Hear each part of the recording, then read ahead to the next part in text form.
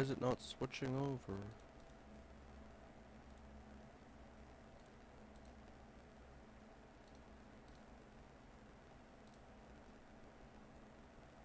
Why is it not showing the TV?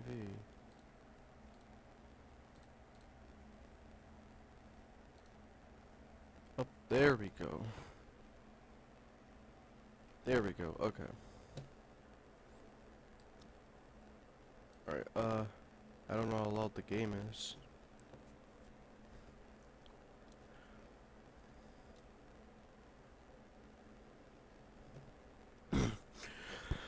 Well, alright. Well, hello everybody. Welcome to the live stream today. I didn't go live yesterday because I just didn't feel like it. Also was basically out all day after like 3 o'clock. I was gonna go explore an abandoned building, but it turned out that the building was turned out the building was like gated off from like the front entrance, so had to come back home and then went to dinner, so that's why I didn't go live yesterday. But yeah, so today we're gonna be doing Assetto corsa, I am bread, and some reacts. Why is my thing like that? What do you mean invalid invite? I didn't even try to go like join anything. What? But yeah, gonna be doing 20 laps of Nürburgring sprint. I am bread for a couple of for maybe like an hour, and then doing some reacts. Yeah. Do quali. Wait, how many laps is it?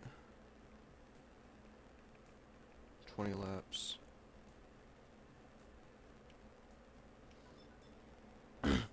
Remember last time I did this, I ran out of gas because I didn't realize that I didn't have any gas. First ever time me running out of gas, by the way, which was kind of funny.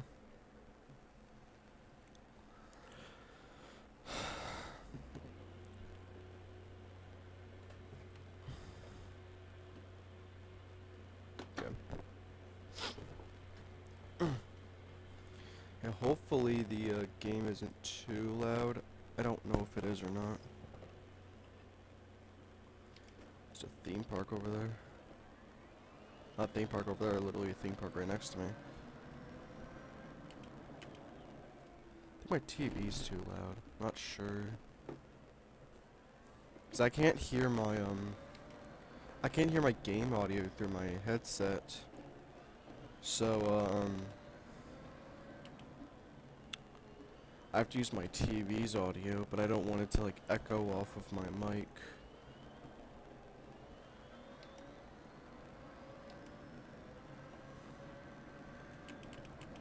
Oh shoot. Dang it.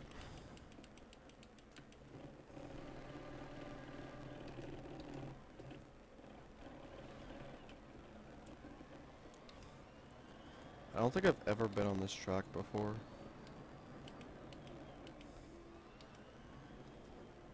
I wonder what cars are going to be coming to Assetto corsa Evo.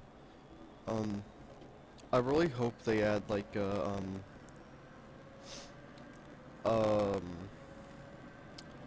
what's it called? The Koenigsegg and Bugatti and like stuff like that.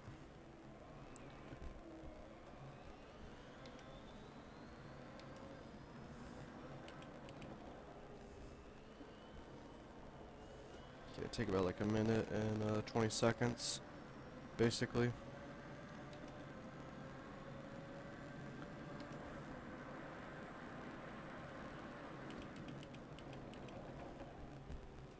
Way too early.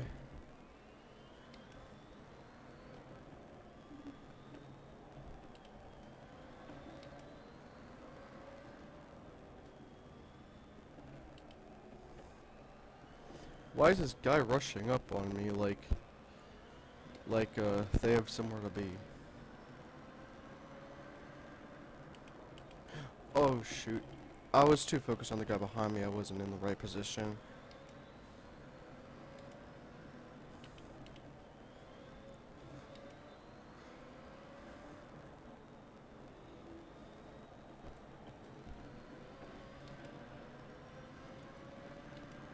Yo, what is this AI doing?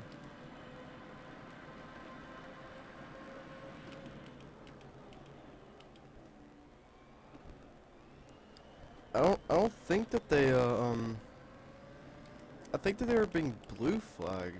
There's no way that they weren't.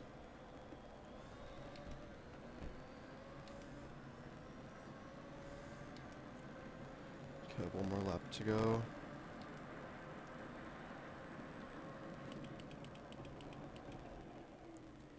Yeah, it's basically brake right when I get to the, to, like, where the hill starts to go down.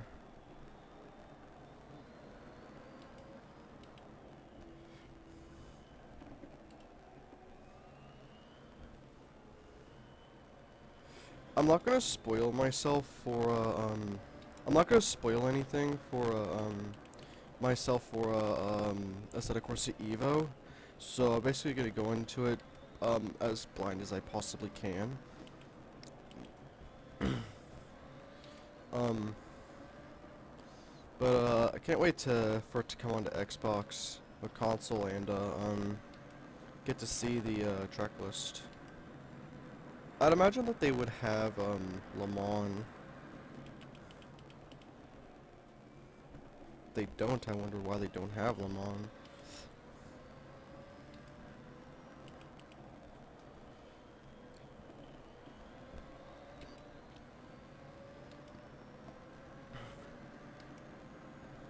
Got a whole second off. I don't know if I'm going to be able to complete my lap, because I don't think, I rarely do a qualifying. Yeah, I already screwed up my lap. Might as well just practice, though. I hate doing this part in the GT cars. It is the most annoying spot ever.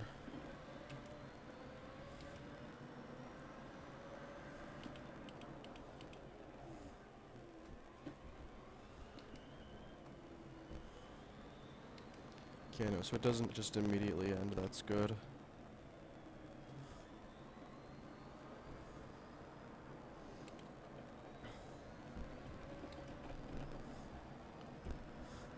If my lap is invalid, then why am I still going? Why are you still having me go? Oh, I should probably fill up my fuel tank because this one is longer than that other track that I did a couple days ago.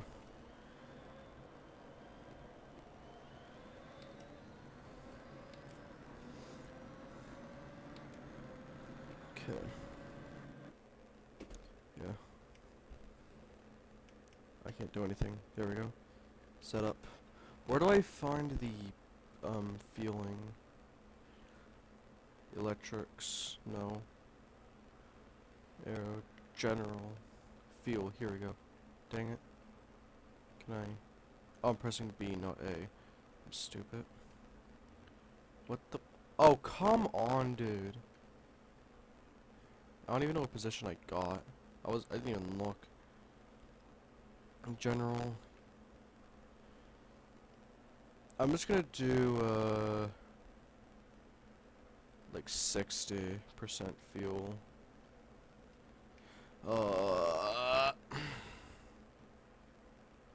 Because I don't want max because that can slow me down, I'm pretty sure. Because, like, the weight of the liquid. Okay.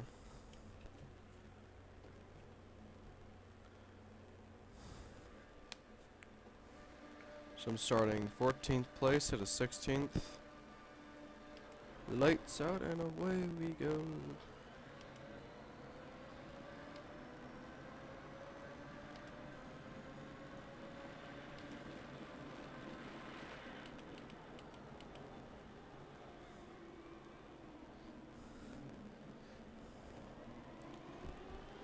Okay, I'm able to pass these two maybe. Oh, got hit on my left. Oh my god! Brown just pit maneuvered me.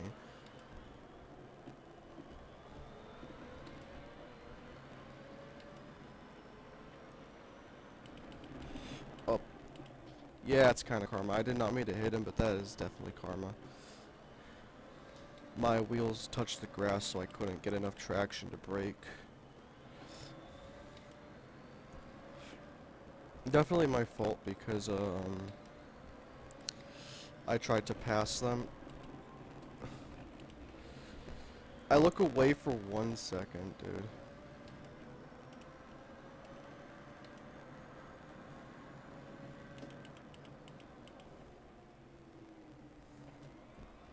It's fine, I can still catch up to them. I go to look at my chat for like 1 second and I'm just off the track. Not even, it's literally a nanosecond. I go to look to see if anybody's commented and it's like I'm off the track.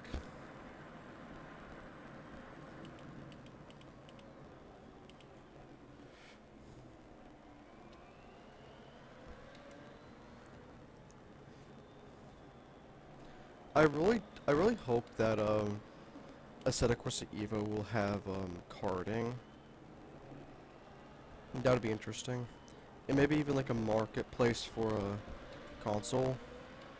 So you can, so you can download tracks that aren't in the main game.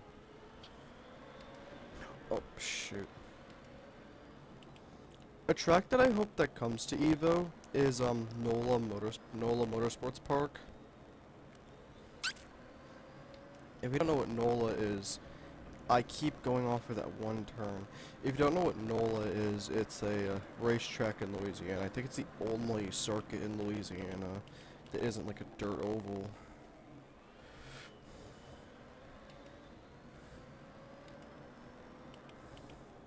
I do want to go there later this year. If not this year, definitely next year. I'd be grateful to see any race, but I really want to see a GT race. GT's my favorite type of class.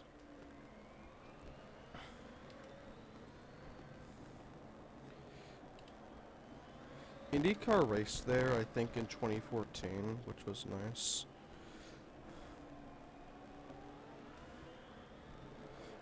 Their first race is going to be in, I think February 2nd, I think it is. If I didn't look at the comments, I would be in 13th probably.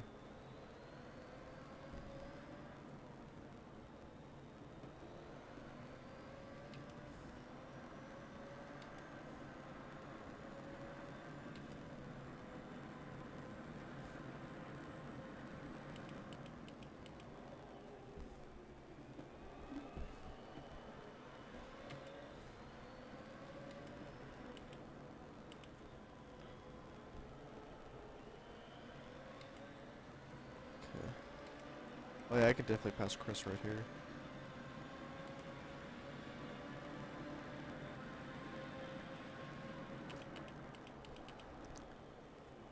Nice. Oh, yes.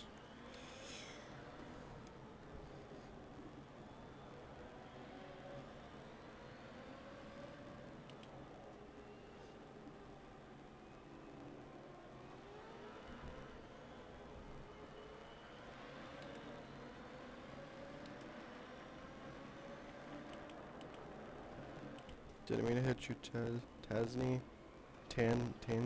whatever your name is. I have a game concept. It's a racing game concept of it has every single race track in the United States, and that includes like track configurations and like old tracks and stuff, like the first ever version of Daytona and stuff. And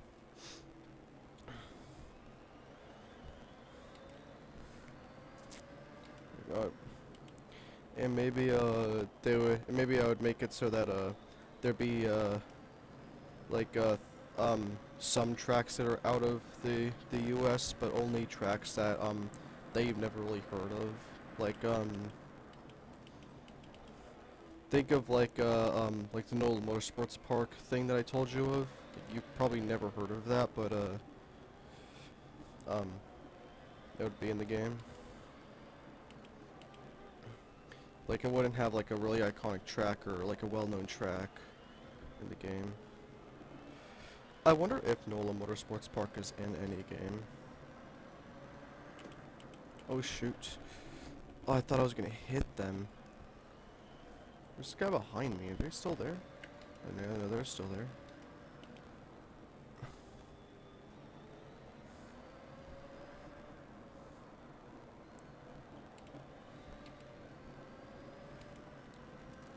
Something's gonna have to happen for me to be able to catch up to Brown again.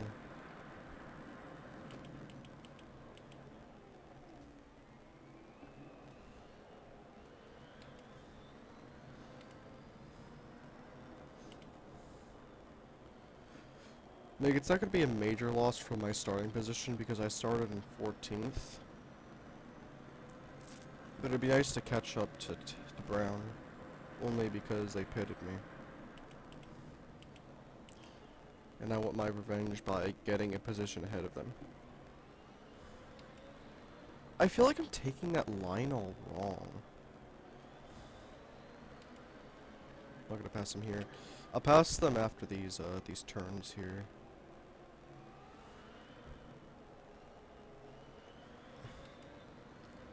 Not gonna be able to pass them.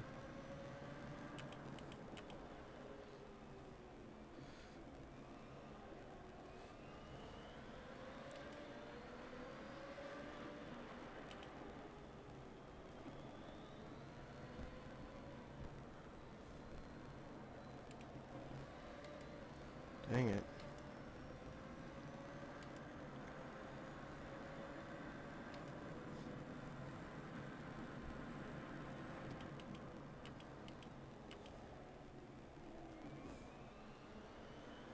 Oh, that'll be an interesting video idea.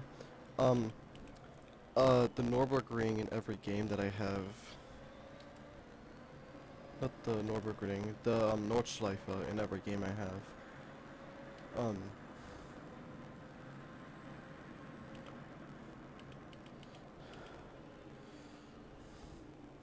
I can only count like 5 games that have it.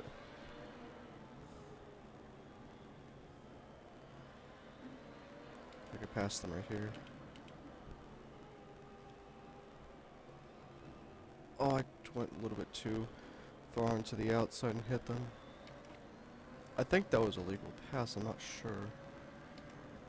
Oh shoot. Well, doesn't matter if it was legal or not, they might pass me.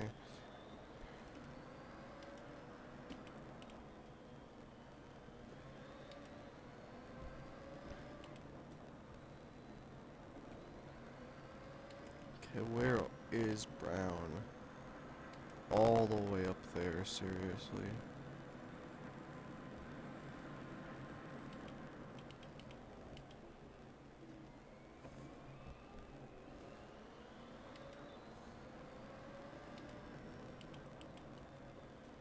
Dude, the curbs on the Nürburgring Nordschleife is like the most terrifying things to hit. Because, like, they're vertical, basically.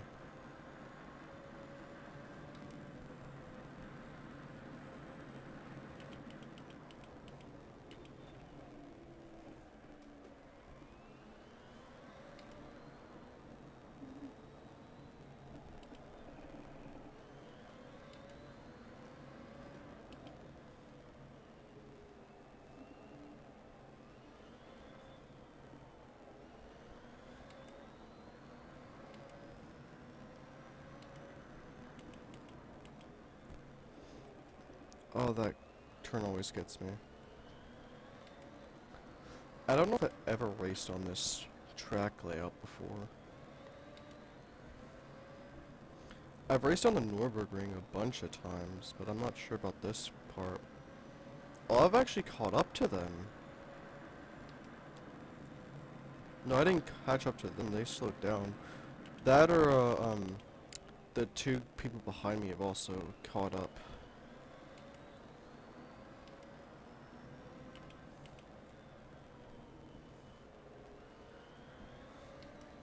Bro, I'm not even 10 laps in yet.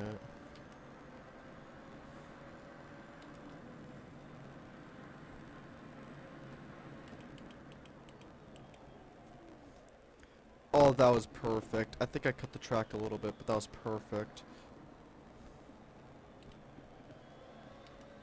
Oh my god, I caught up the whole pack.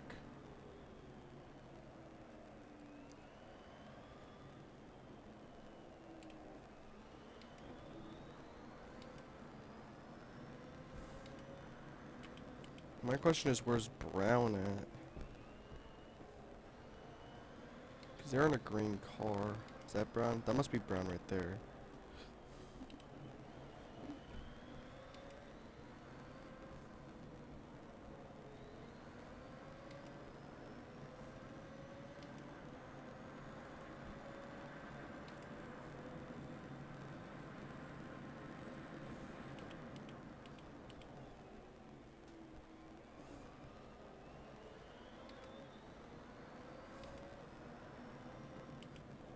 I think I'm in 14th place right now.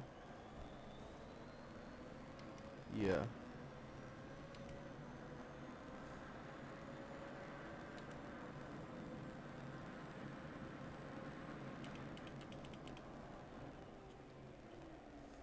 The G-forces on that is crazy.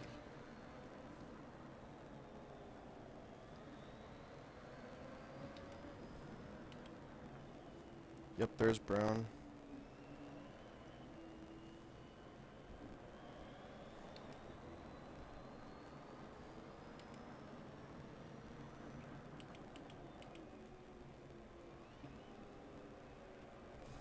Wilson.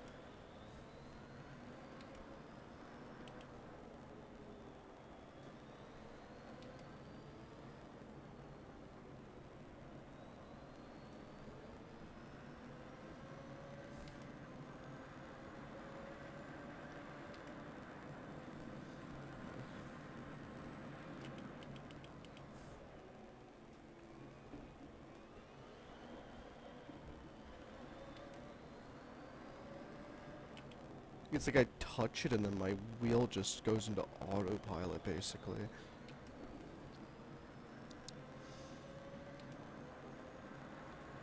Curbs that I will never trust is, the curbs on this game called Project Cars 3, especially on Zandvoort. Because on Zandvoort, it's like, the double curbed ones, it's like, you touch them and your car just does not want to get off the curb.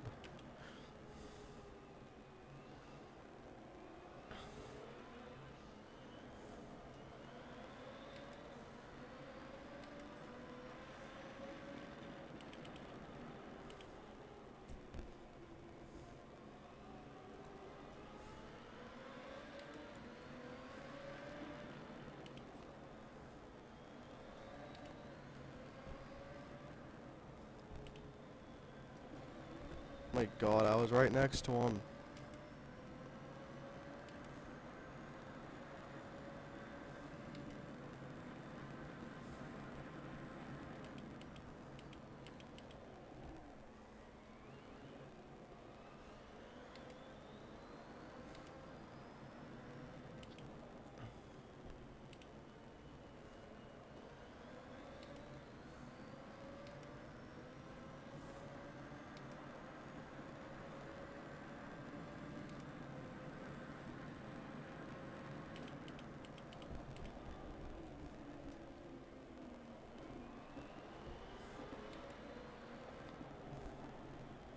What was that oversteer?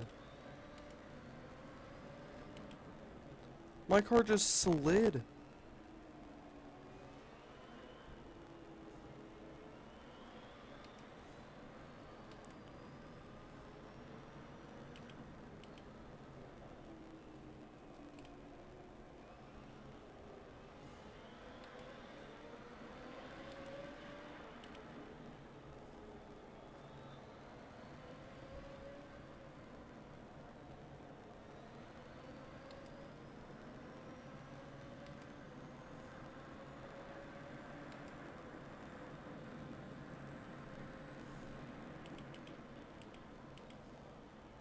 I could definitely dive bomb in there, but that's way too risky.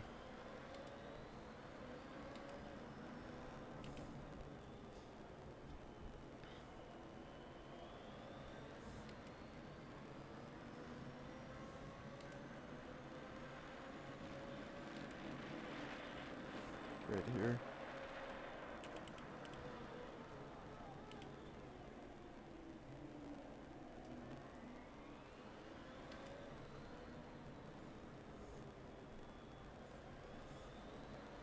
Pick them off one by one.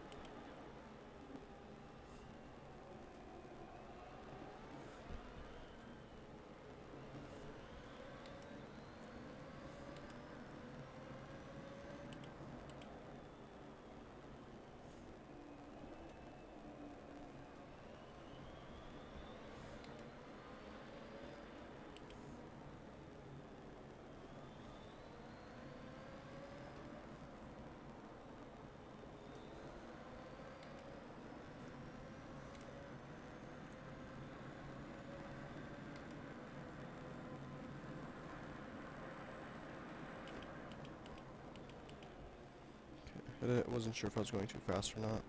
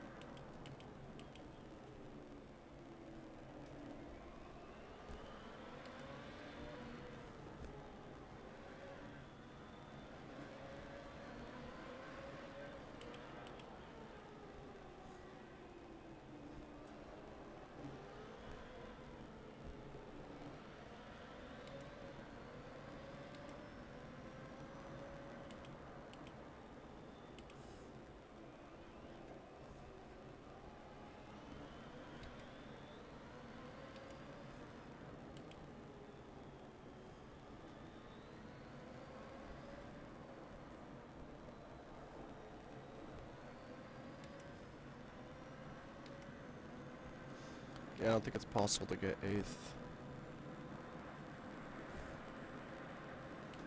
I don't even know where the other... I don't even know where the other 8 people are. I don't even know where 16th place is. Because, remember, 15th place was behind me, but I didn't see 16th.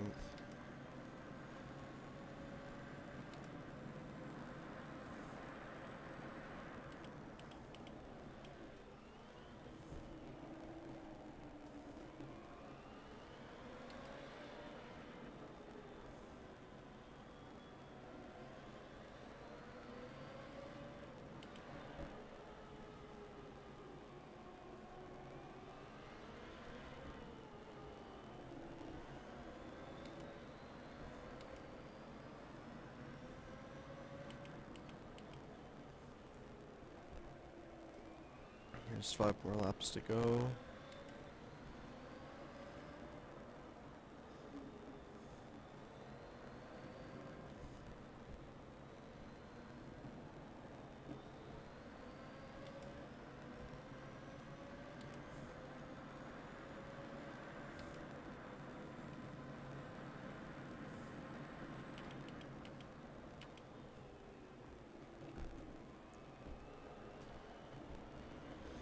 No.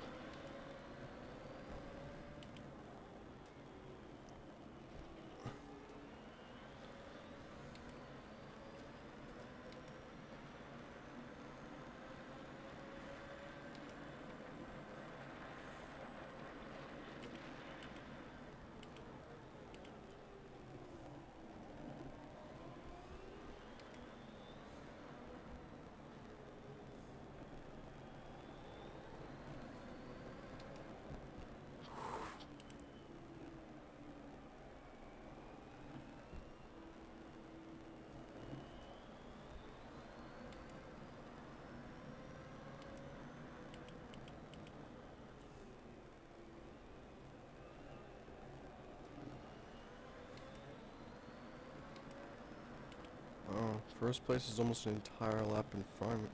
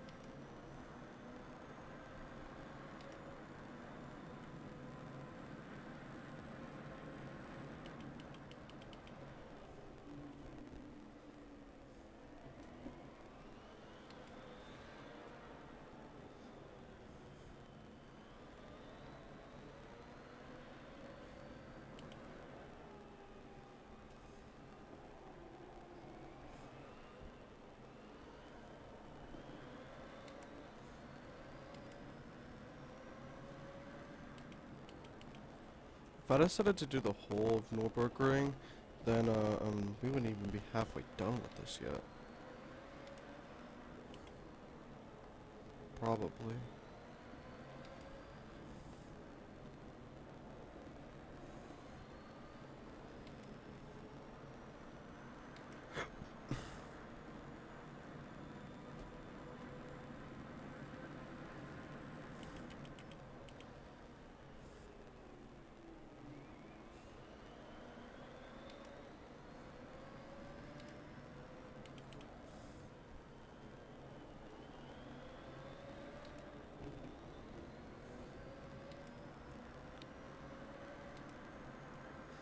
Two more laps.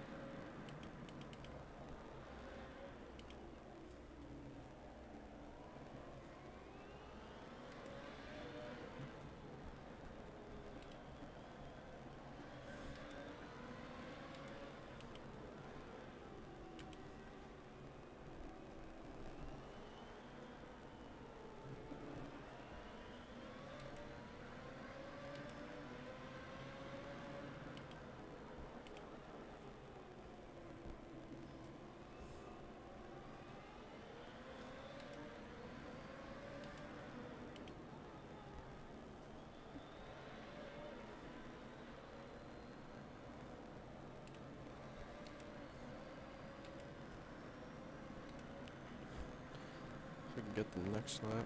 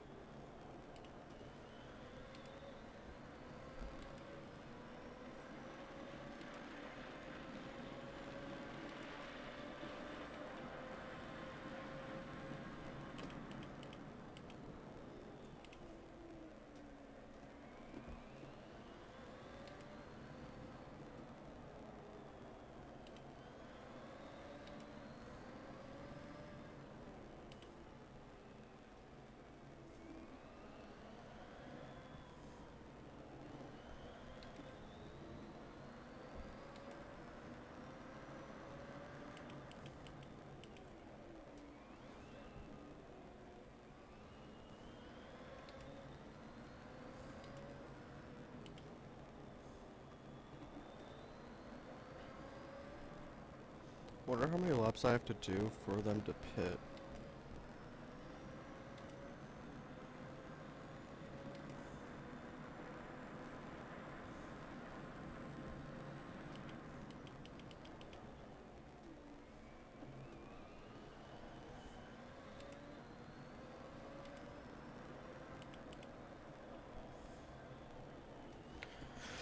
Alright, nice 9th place after, from 14th place and 16 players. Or 16 NPCs. Let's go. Oh, my wrist hurts. Let's watch that replay. That whole race replay.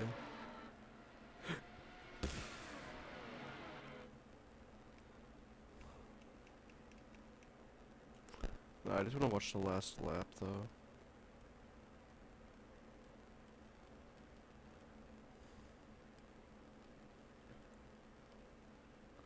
Guessing this is the best camera position.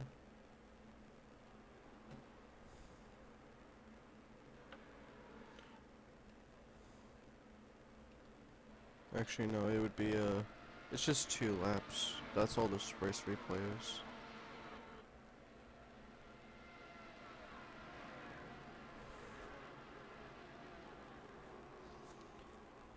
I just want to watch this lap, not the final lap.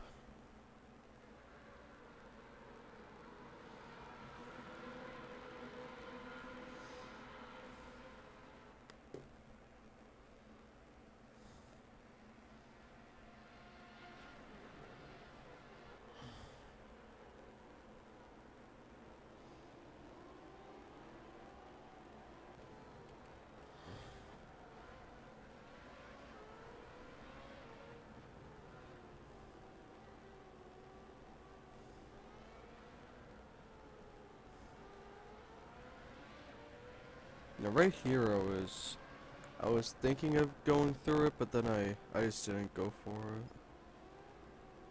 Doesn't really matter anyway, I got 9th place.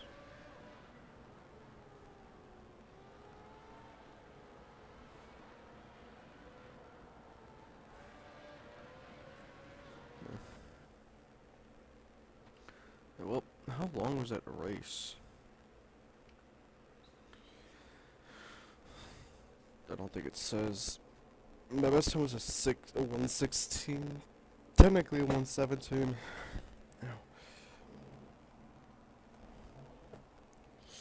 Ow. Leg itches. Okay.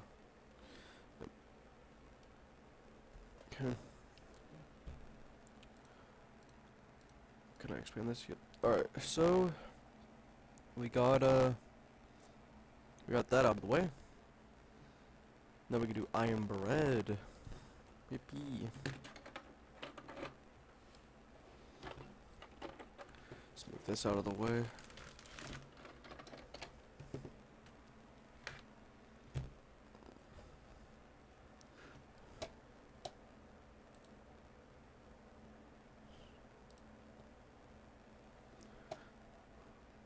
I am having a stroke right now.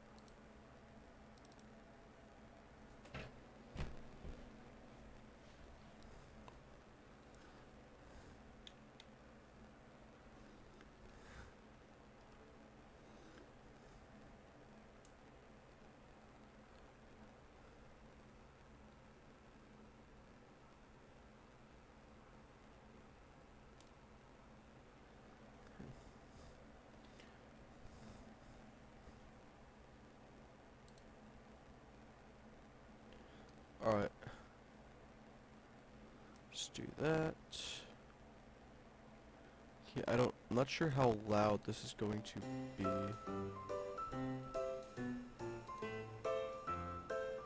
I don't know if this is too loud or not.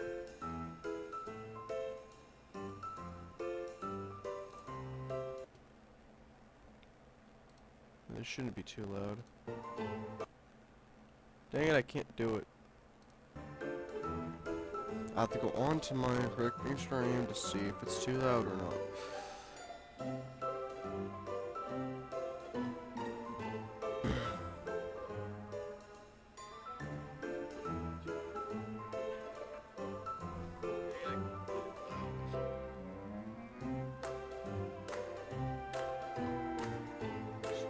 Show headset don't. I don't think I have a headset don't. I can definitely feel like a dent in my head. I don't think I have a headset don't.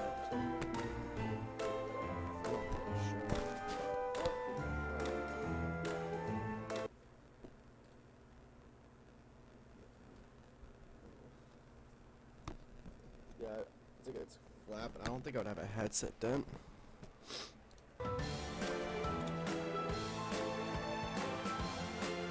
Just give me a second, I'm trying to figure things out right now. And I went too far back.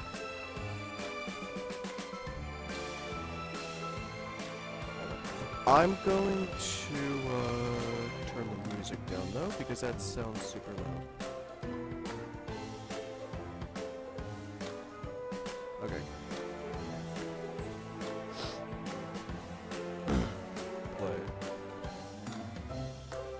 Story mode. Now this pissed me off the other day, because I literally completed it, but because I touched the floor before I could press complete, it failed me. Which was super annoying.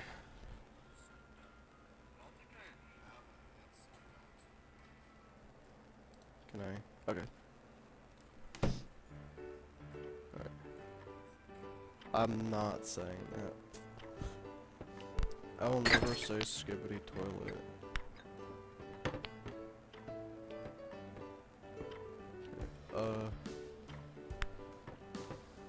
By the way, if none of you know what I Am Bread is, it's basically a game where you have to avoid getting the bread dirty and touching the floor, and you have to make it to like a heat source to turn into toast, basically. Oh. No. I'm not saying P. Diddy.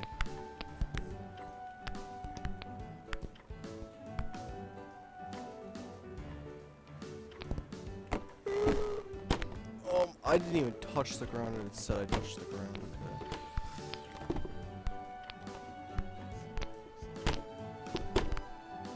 Okay.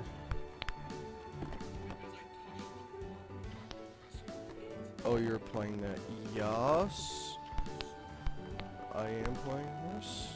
You think this was like a recording or something? Oh no. Okay, we're good. Except I'm gonna move over a little bit.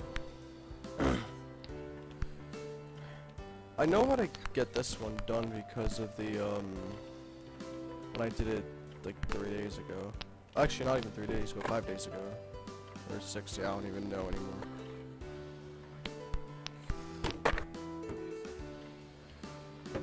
There. LB. RT. Come on, there we go, RT. Basically just a parkour game, basically. Oh shoot. There is a VR game that I would love to play on stream, but I can't get the live stream feature on Oculus working. What? If you say Drake, I'll take a I can't see because this is in the way. Shoot. I'll take a subscribe. Wait. Oh my god. I'll like and subscribe. I thought that said take and subscribe. You don't have to subscribe if you don't want to. Bro, dude. There we go. Okay.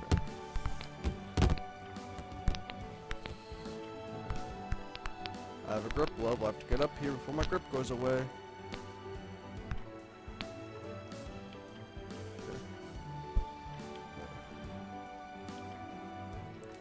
Been trying to get this control is impossible. Get up! My grip is almost away. There we go. Okay, here we go. Let my grip go back.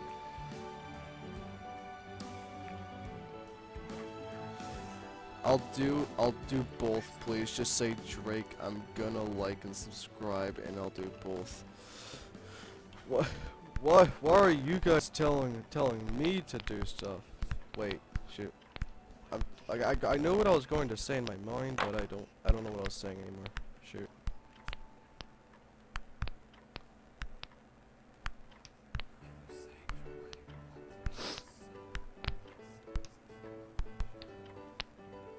Oh my god.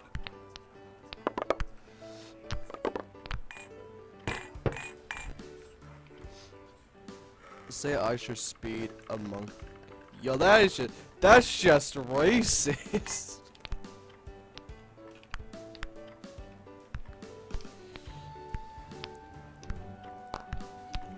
Okay. Oh shoot. Okay. I have to get around these freaking things, and I have to hit this bowling ball. Okay. There we go.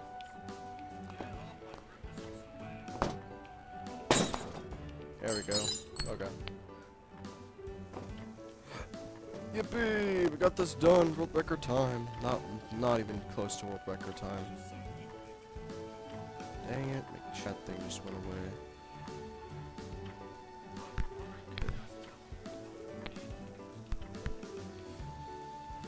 Okay.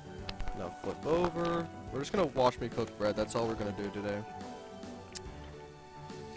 Alright, well, hello everybody, welcome to Cooking with Xander. And today we're just gonna watch bread cook.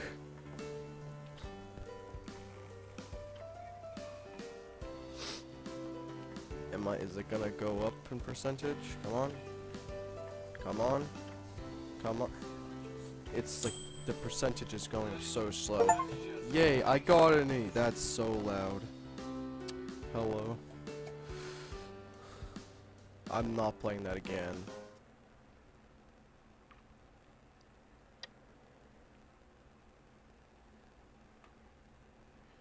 Okay. Become toast.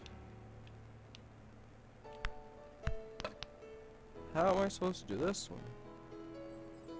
Okay, I have to do like a heat source thing, because when I first played this game, I originally thought that I was supposed to just get to a toaster until I figured out the last level that I just played existed. Which is so stupid that that level is level 2.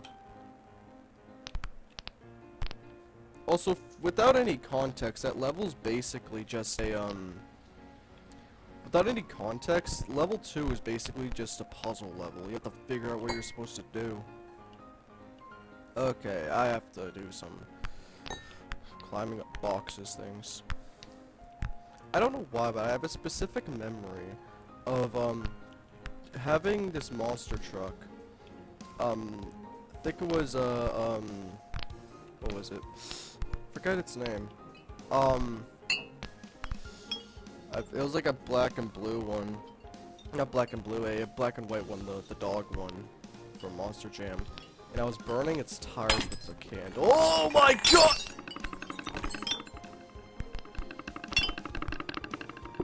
Okay, we're good. Hello. I wanna freaking kill myself. Okay, we're good. We're good. We're good. Okay. Also, I'm not a professional, but I think the second that, like, broken glass touches bread, I would not want to eat it anymore. Would you guys want to eat microscopic glass on toast? That doesn't really sound that appetizing. It sounds pretty painful. Actually, what would happen if you swallow microscopic glass? Like, I know it would obviously, like, cut up your insides and stuff, but, how much damage would it really do? I have to move these freaking cups. Move it. Move. Move. Okay. Thank you. I could literally just climb up this wall. What am I doing? Oh my god, I'm touching a dirty wall. Shoot. I'm literally holding nothing.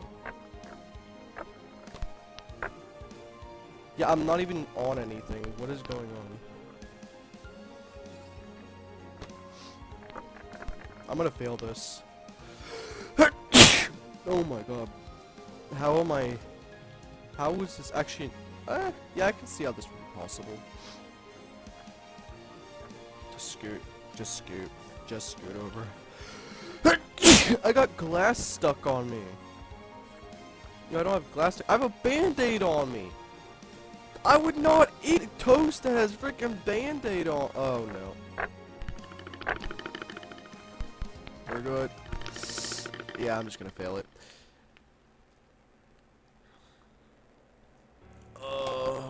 The back of my throat hurts.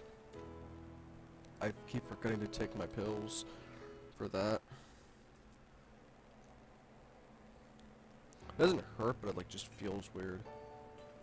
I could probably go this way. Yeah, I could definitely go this way. I'm stuck. I'm stuck on the toast. Oh no. Well, rip the picture of the cat. We're good. Okay. wonder if this would be easier on, like, doing the keyboard controls. Come on, get over the... How hard is it for a sentient piece of bread to get over a piece of glass? Thank you. And then I have to launch myself over.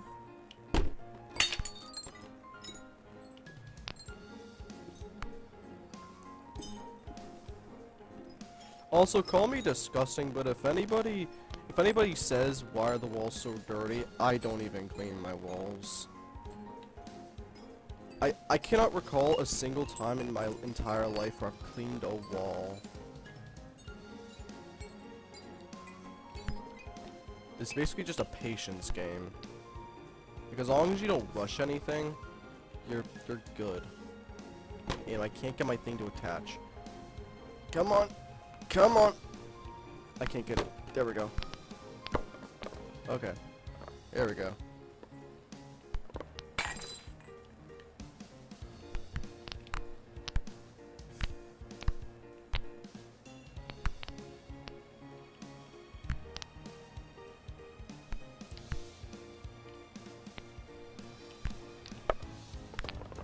Oh no! Is that a cheese grater? What is that? All fires. Oh, it's one of those like bell things that you attach to cows. I'm gonna guess that I'm gonna have to break that PC over there based on the last level. I almost fell off.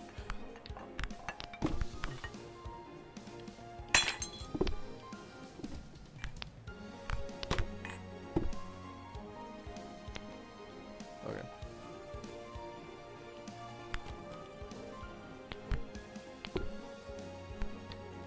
No. Okay. Just climb up the wall.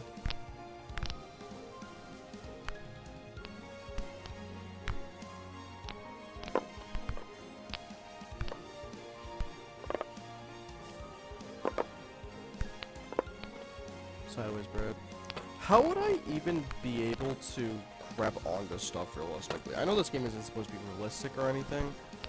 Like, if a bread was actually sentient, how would it be able to grab?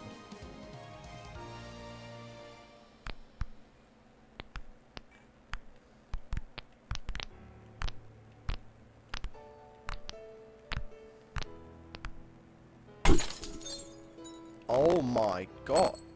Okay, to be fair, who puts a jar on the top shelf? Come on, man.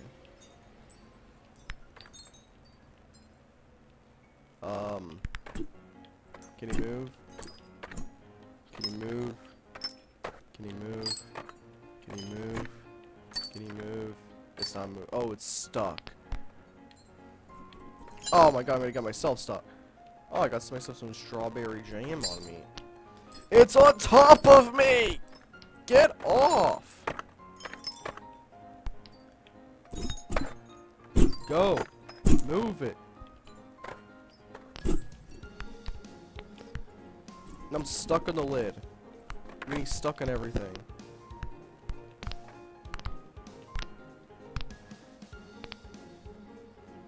Okay. LB.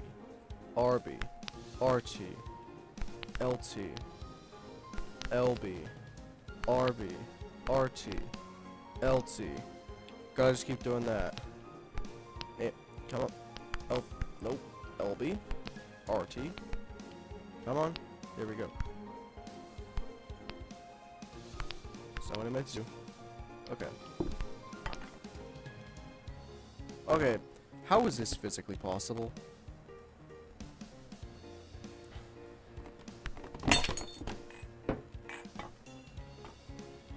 Okay, now I have to get over to the PC, I'm guessing.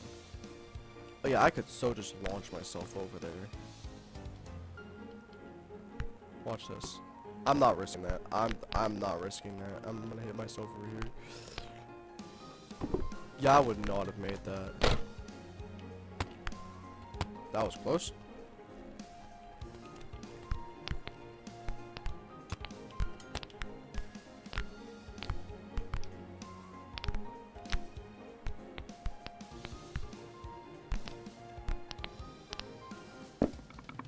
What? What? I'm not even touching the wall. I'm not even touching the wall. Dude, I'm not even touching the wall!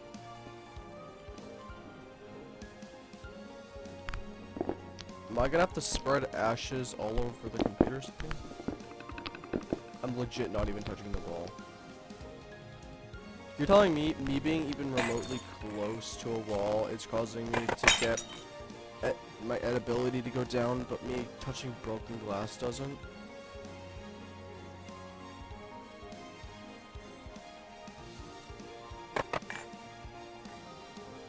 Am I supposed to go? Am I supposed to go into the CD thing in this computer?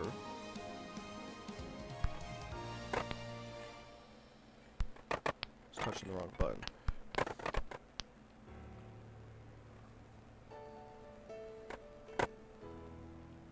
There is no CD thing for this computer. Where am I supposed to go?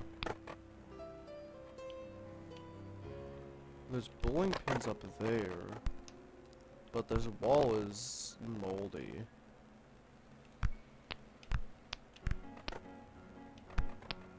Oh, an iron! I might have to go to the iron.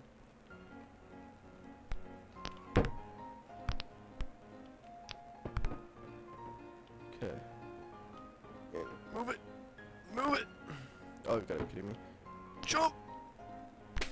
That did not work out the way I wanted it to. If I have to redo this, I'm gonna freak out. Let's do this quickly. Come on, grip. Something. Grip, please.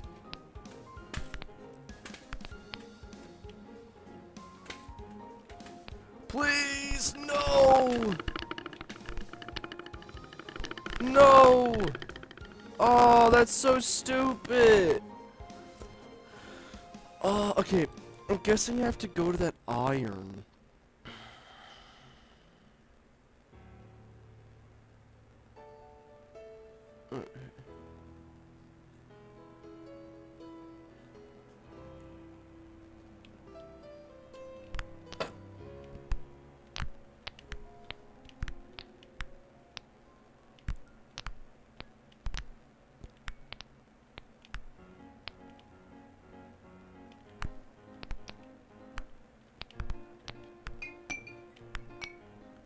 I have to get all the way to that iron that's over there. Okay, I'm gonna risk some edibility because I'm going to launch myself over to the oh wait, no, I can't, that's right, because last time I tried doing that, my thing basically died instantly.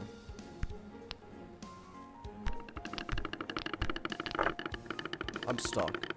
I'm stuck. I got stuck. You gotta be kidding me.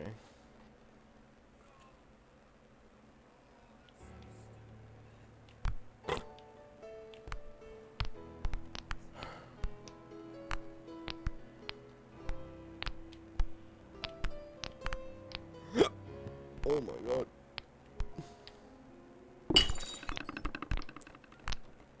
See, that's more realistic. Have the edibility go down when you touch the glass. I keep ranting about that, and I will forever rant about that.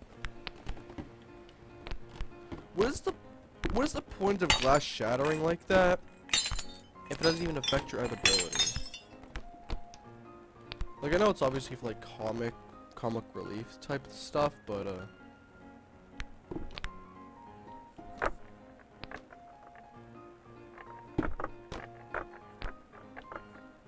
come on. Come on, grip something. Not that. There we go. Come on, grip. There we go.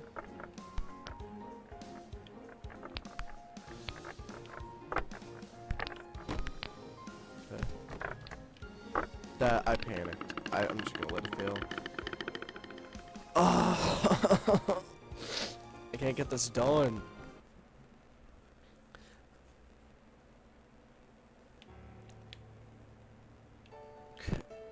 Just got to launch myself over the table. Well, not table, the, what are these things called? Nightstands, are these called? There we go.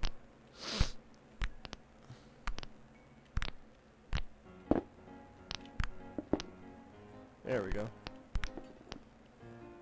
Nice. I think that's the first glass object that I touched that hasn't braked. Like, this piece of bread is like that one kid from, like, that one guy from that one SpongeBob episode where whatever he touches, it just breaks.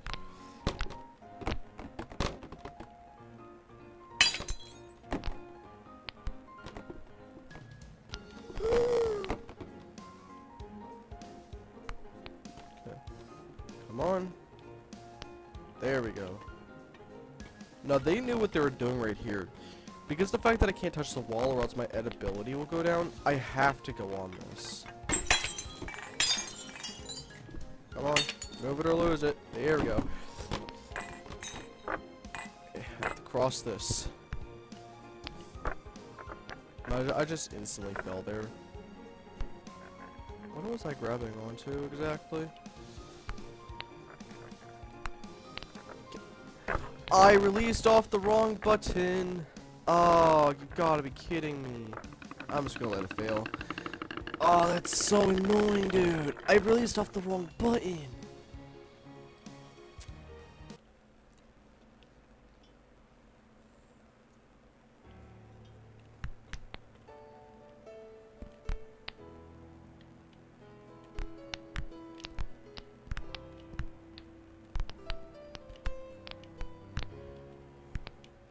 Come on. There we go. Speedrun tactics.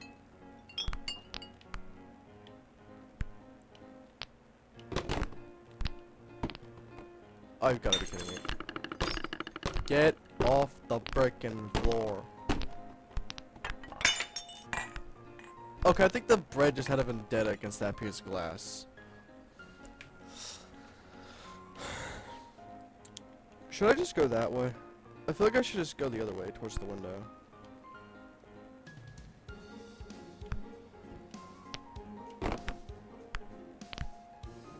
I can't see anything. Yo, I'm about to rage quit. I'm about to rage quit, basically.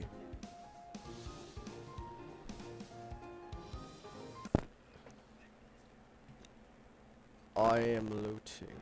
Okay. Look, I'm gonna go this way. And I can't move because that freaking bowl. Move, bowl.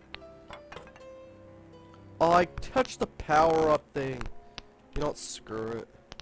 I'm just gonna go on the floor because I touched the god thing, which basically makes you a god. And you can't die at anything. Also, you can't tell me that the floor isn't as dirty as the me touching the skateboard. Me touching glass, basically.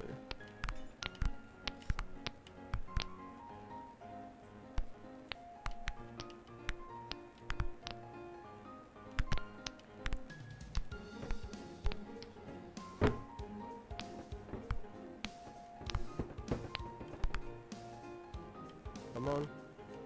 Come on. Move. Thank ya. Now I have to get... Come on, move it. Move the chair. Move the chair. Come on. I have to go more up. You've got to be kidding me. Okay. Momentum is what we need.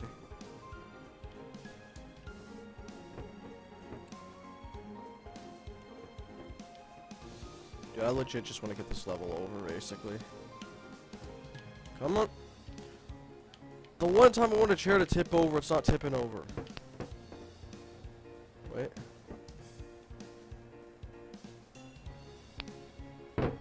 Seriously? You know what really grinds my gears?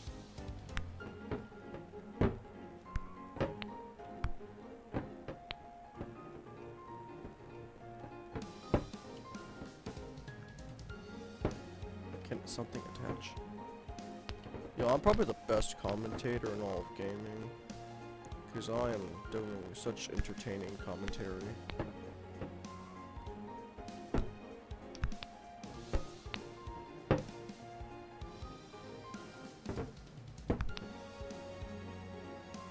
Oh wait, I'm stupid. You know, we got LB. Come on. I think I'm stuck inside the chair. What is going on? Okay. Move it, chair. Move it.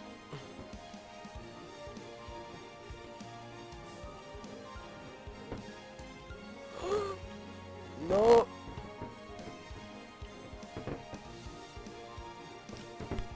Oh, go the wrong way, dude. It's the infuriating thing ever, dude. And I'm glued to the chair. I'm glued to the chair. Yo, chat, would you want this piece of bread?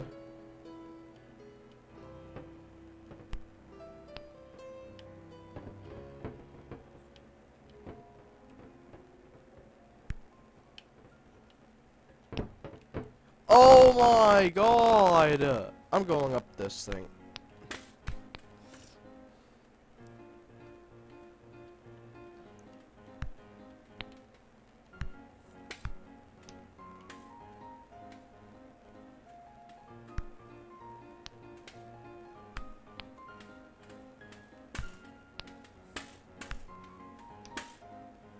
That was way too easy.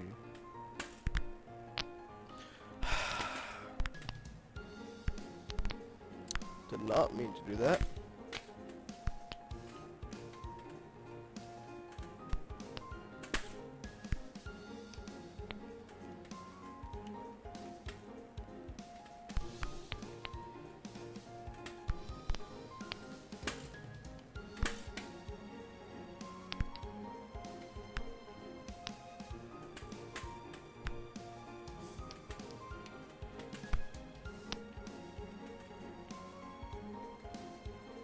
Come on.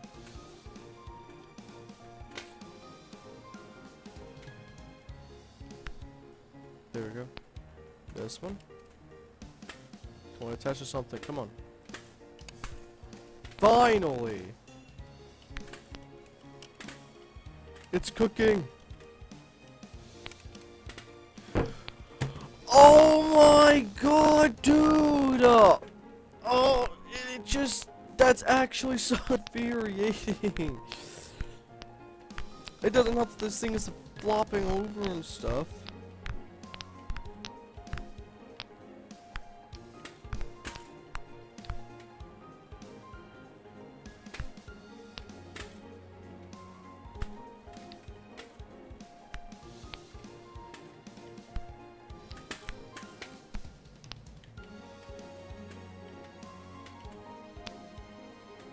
That works. Okay.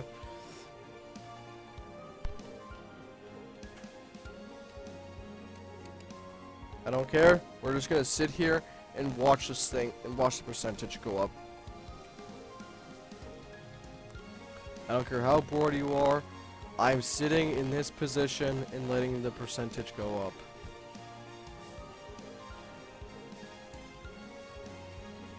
Also, if you really think about it, this bread is technically suicidal. It wants to basically kill itself by burning.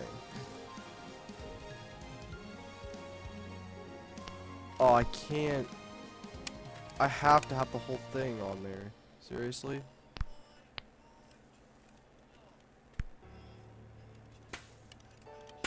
Come on. Come on. Go the other way. There we go. I don't know how is the other side cooking?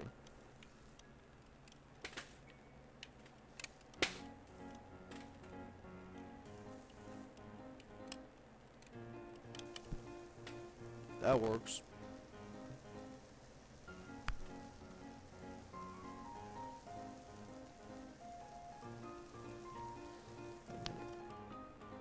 I'm gonna try to get like a better positioning. I regret doing this now.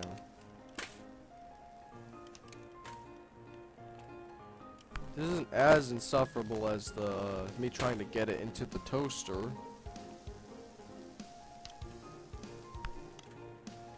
I refuse to redo this.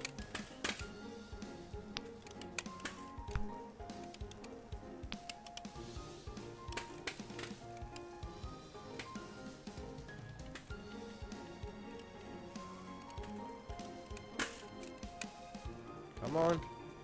Attach LB. Not that way. Not that way either.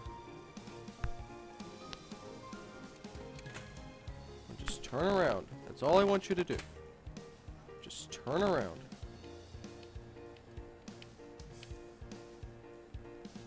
Just like that. No. Come on. No. Literally just go sideways. Yeah. Now go up. No. Wait. No. Oh my god, dude.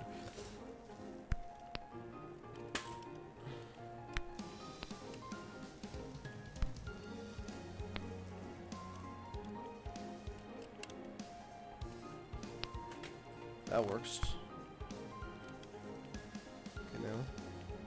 Just have to flip it like this. No! Okay, there.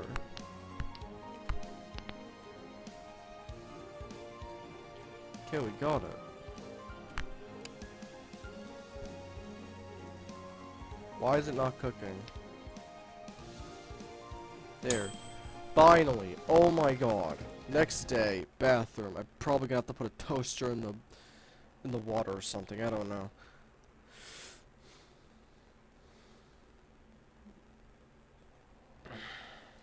Keep thinking that that's a loading screen.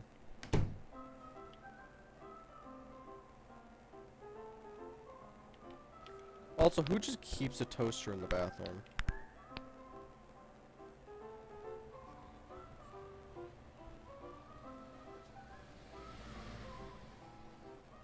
I'm guessing I'm gonna have to go towards the blow dryer. I have to avoid touching the sink. I've constantly been on flashbacks to when I went into the sink the first time, and I thought that I was supposed to go into the sink to get cleaner, because I don't know how gluten works. 'Cause that's definitely what that is. Or just move. We're good.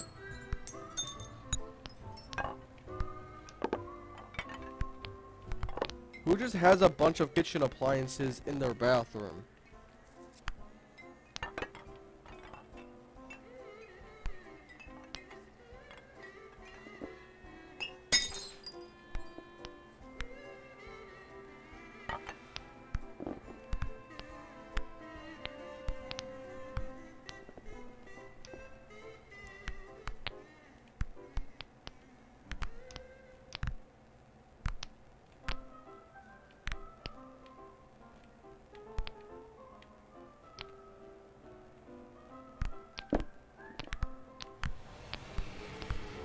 The heck was that?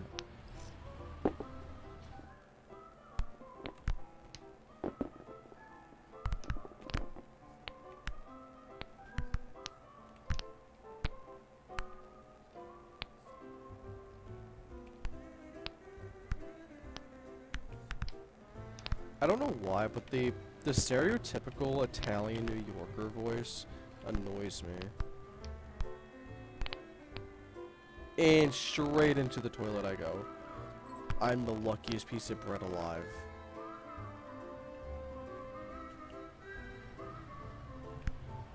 I might be stuck too. Well, that might be an issue.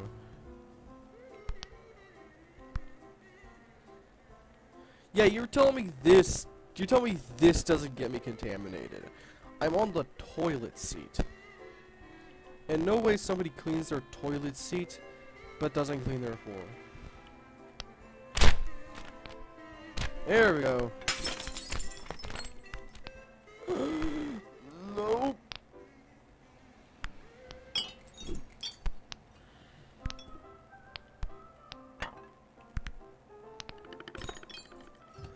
I hate this fucking game.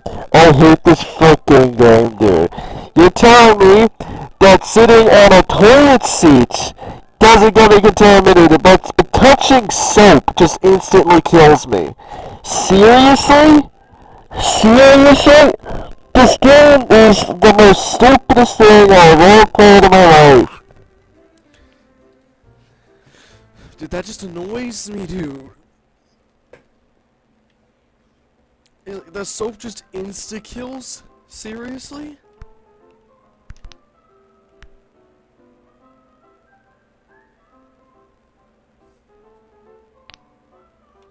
Straight onto the floor. Oh my god, I just sneezed.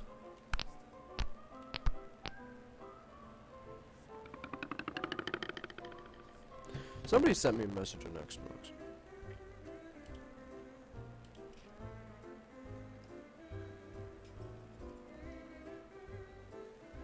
Ooh, they invited me to a group chat. What is this?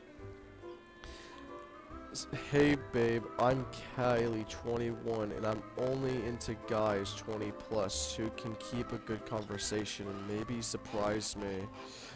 I'll be waiting. Let's switch to Snapchat. What? What? Up here's me raging.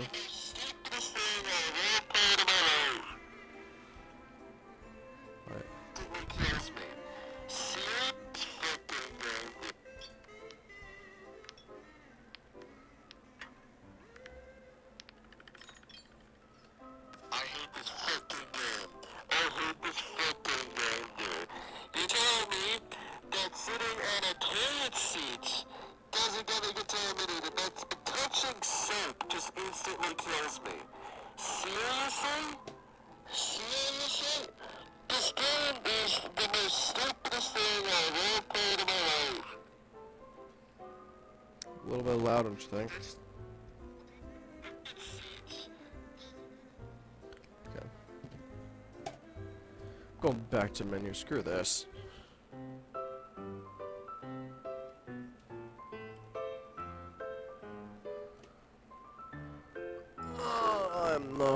I'm not playing this anymore.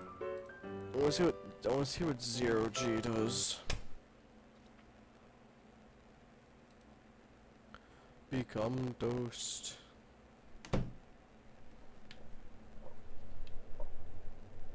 What is this? I can't. What is my camera perspective?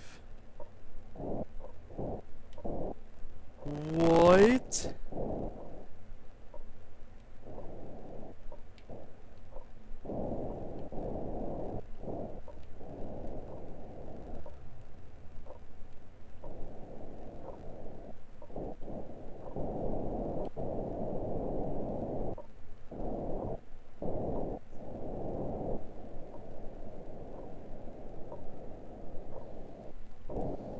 Houston, we have bread.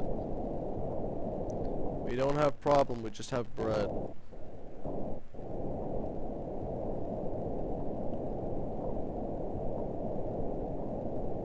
If I just touch the ceiling, that doesn't contaminate me, okay. Oh, I can't grab onto anything, okay.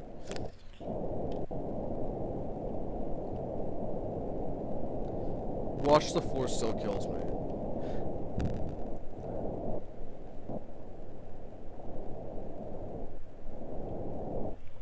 I have made an oopsie. I've made an oopsie.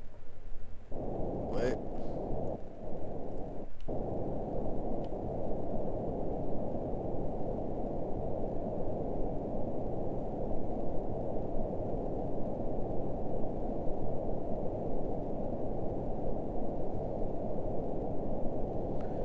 Alright, can we turn on gravity now? Is that an option? Houston, is that an option?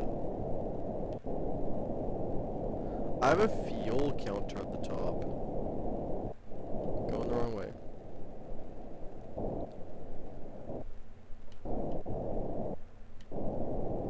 Yo, screw this, dude.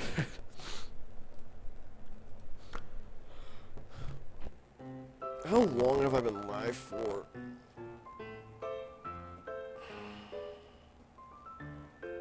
An hour and 20 minutes. Oh my god. I'm not playing bread anymore. Screw this. I got 17 views. Alright.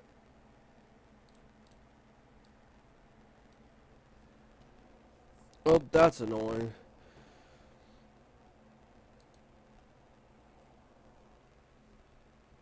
Alright. NASA changes odds NASA changes odds of asteroid hitting Earth in 2032. Yet again, but this time it's good news. Is it gonna hit the Earth? Okay. Now time for the reactions.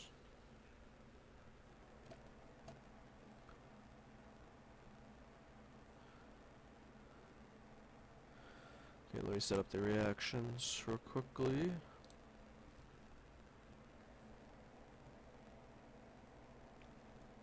Playlists.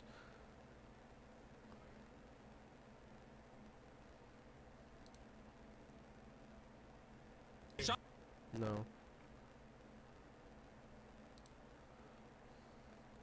Roblox is way more fun when you have Robux, but Robux cost money, and that— Oh my dies.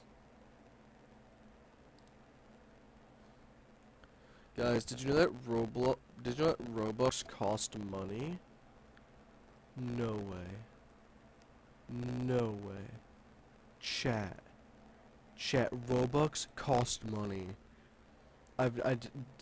Bro, next you're gonna tell me that. Welcome back to the Papa Meat channel. How you doing? How you doing? Shut up. Thank you. Okay. Next you're gonna tell me that V-Bucks cost money. Bro, I'll be distraught. I'll be distraught if I find out that V-Bucks costs money. I keep going onto that. Why do I keep doing that? Where is it? Shut up. Okay. When a rapper steps out to perform in Shut up. Okay. And now, last one, we're going to do a cop video. Well, first one, we're going to be doing a cop video, not last one.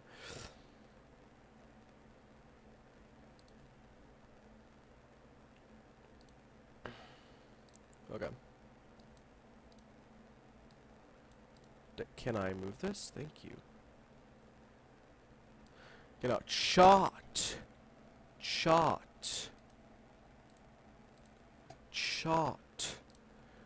We're gonna be reacting to Copcom videos first.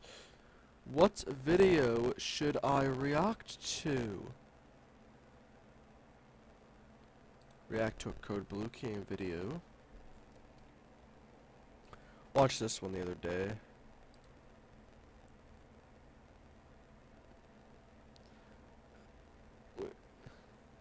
How to trigger gang member in seconds. Guess we can watch this one first. Why going to the mall after escaping the police was the worst idea. What happens when drug dealer empire falls apart? I'll watch that one later. Teen goes to war for girlfriend after she hit on him. Didn't end well. When you're too drunk to realize you're almost hit Kamala hit. What? What? Huh? On the evening of October 21st, 2024, Vice President Kamala Harris had just finished up a rally in Brookfield, Wisconsin, energizing a crowd for her presidential campaign. But as her motorcade made its way to the airport along I-94, a vehicle driving in the wrong direction approached, narrowly missing the convoy by just feet. After passing 29 vehicles involved in the escort, a Milwaukee County Sheriff's deputy at the rear of the motorcade quickly stopped the vehicle, identifying the driver as 55-year-old Wayne Wacker, who appeared to be heavily intoxicated. Alright, let's get one of those blockers up there. Copy, coming up. 5-4, give us updates in that wrong way if you can on channel 1. Keep the air clear.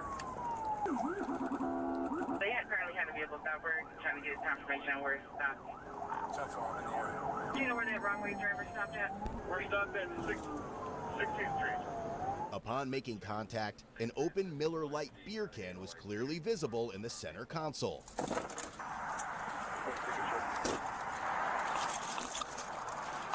Wow. Look what's in the middle here. I've always wondered what was in the middle of these. Just wood and gravel. Is he?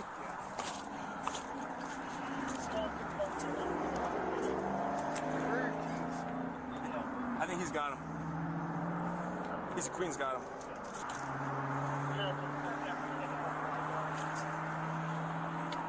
You got his ID and everything?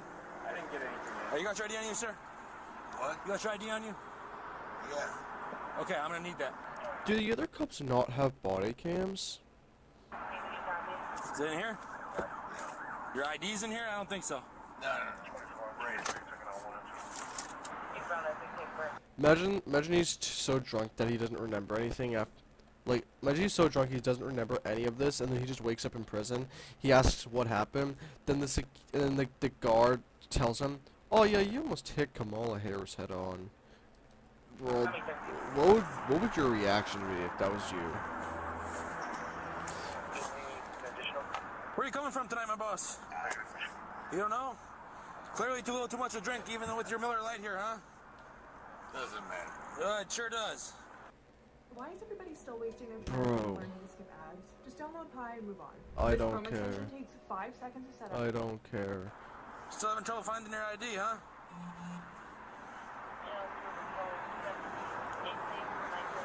Why is he rubbing himself like that?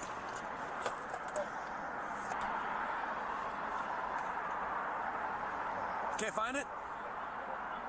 Why do you keep pointing at that? I didn't need your ID. I don't care. Let the pilot car know it's going to be an R1. Oh, no. Still not it. 20 to dispatch. I'm gonna go back to the pilot and 12. Yeah, he does have a body cam. Why didn't we get his body cam?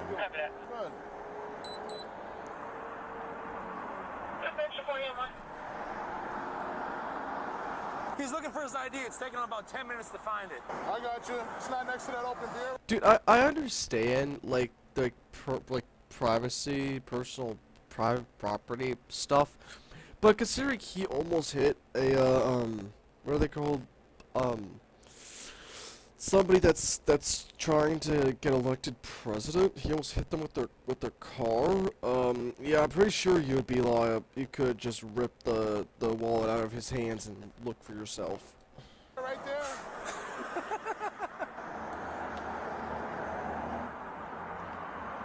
That's fine, man. Just go ahead and step on out. Yeah, you can hop on. We were keeping him in there, but you can hop on out now. Hop on out of the car. Hop out of the car. We'll talk with my partner. No, let's get him out first. Yeah, give him a what's it called? Have him stand on one foot and count the ABCs backwards. Let's Say get the him out. ABC. That's fine. Say the ABCs Unbuckle backwards. your seatbelt, sir. Even though he's obviously drunk. Yes, sir. All right, man. We're gonna go back this way, okay? Yeah. Just gonna keep a hand on you, man. You're kind of unsteady on your feet, okay? We're gonna walk this way, all right? Have him stand on the white lines in the middle of the road, Yeah. Right here. and Where you have him try to balance himself on the white lines in oncoming traffic. coming from, man? Huh? Down south. Down south? You know you could have killed somebody, right? Going the wrong way in traffic, man. A very busy highway here. You understand that? Yes. Okay. How much have you had to drink today? Couple beers. Couple beers? How long ago? For this wrong way, I had to start a new car over there. Tonight? Okay. What's your name, man? Wayne. Wayne? Wayne what? Whacker. Whacker. All right, man.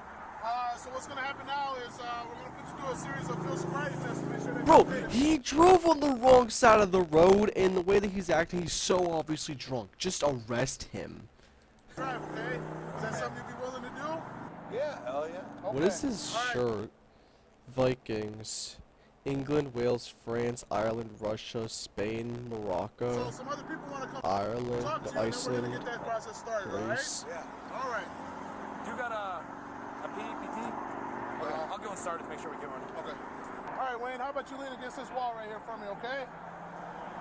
There you go. He'll have one. We'll need your, we'll need your PPT.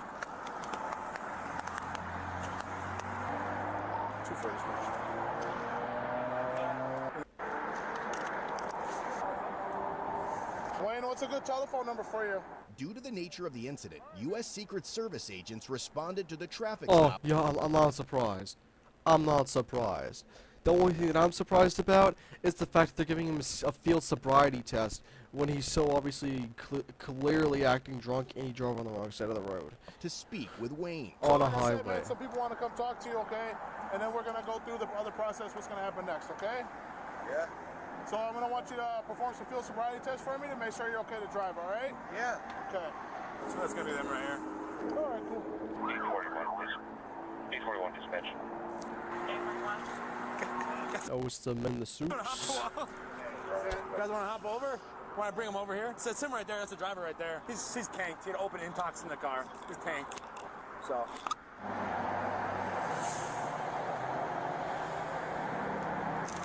I never realized how high these were. I always imagined them being like waist high, not basically going up to your neck. You give these guys his info? He'll have his info right here. Wade, do you remember where you got on the freeway at? Yeah, right down the road. Right here? Close. Okay. Where were you? Like, where were you headed from? Do you remember? Yeah. Where were you coming from? I'll print it out. I'm just gonna make sure. He's gonna print it out for you. He's gonna give you a printout with all his information. Okay. Down a gay bar down in. Gay bar A downtown, gay or bar. like where? Yeah.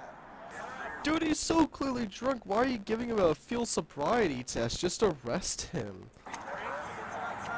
No.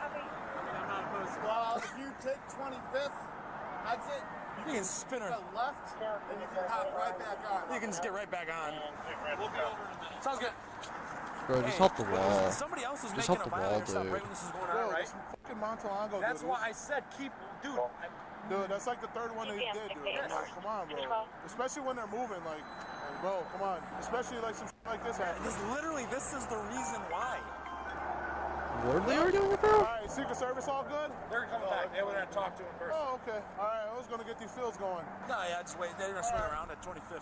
Yeah, I'll take it, bro. It's my zone. Was it in the center council, or where was it at? It's there. It's there? Okay. Out of traffic in the Warwood State Patrol.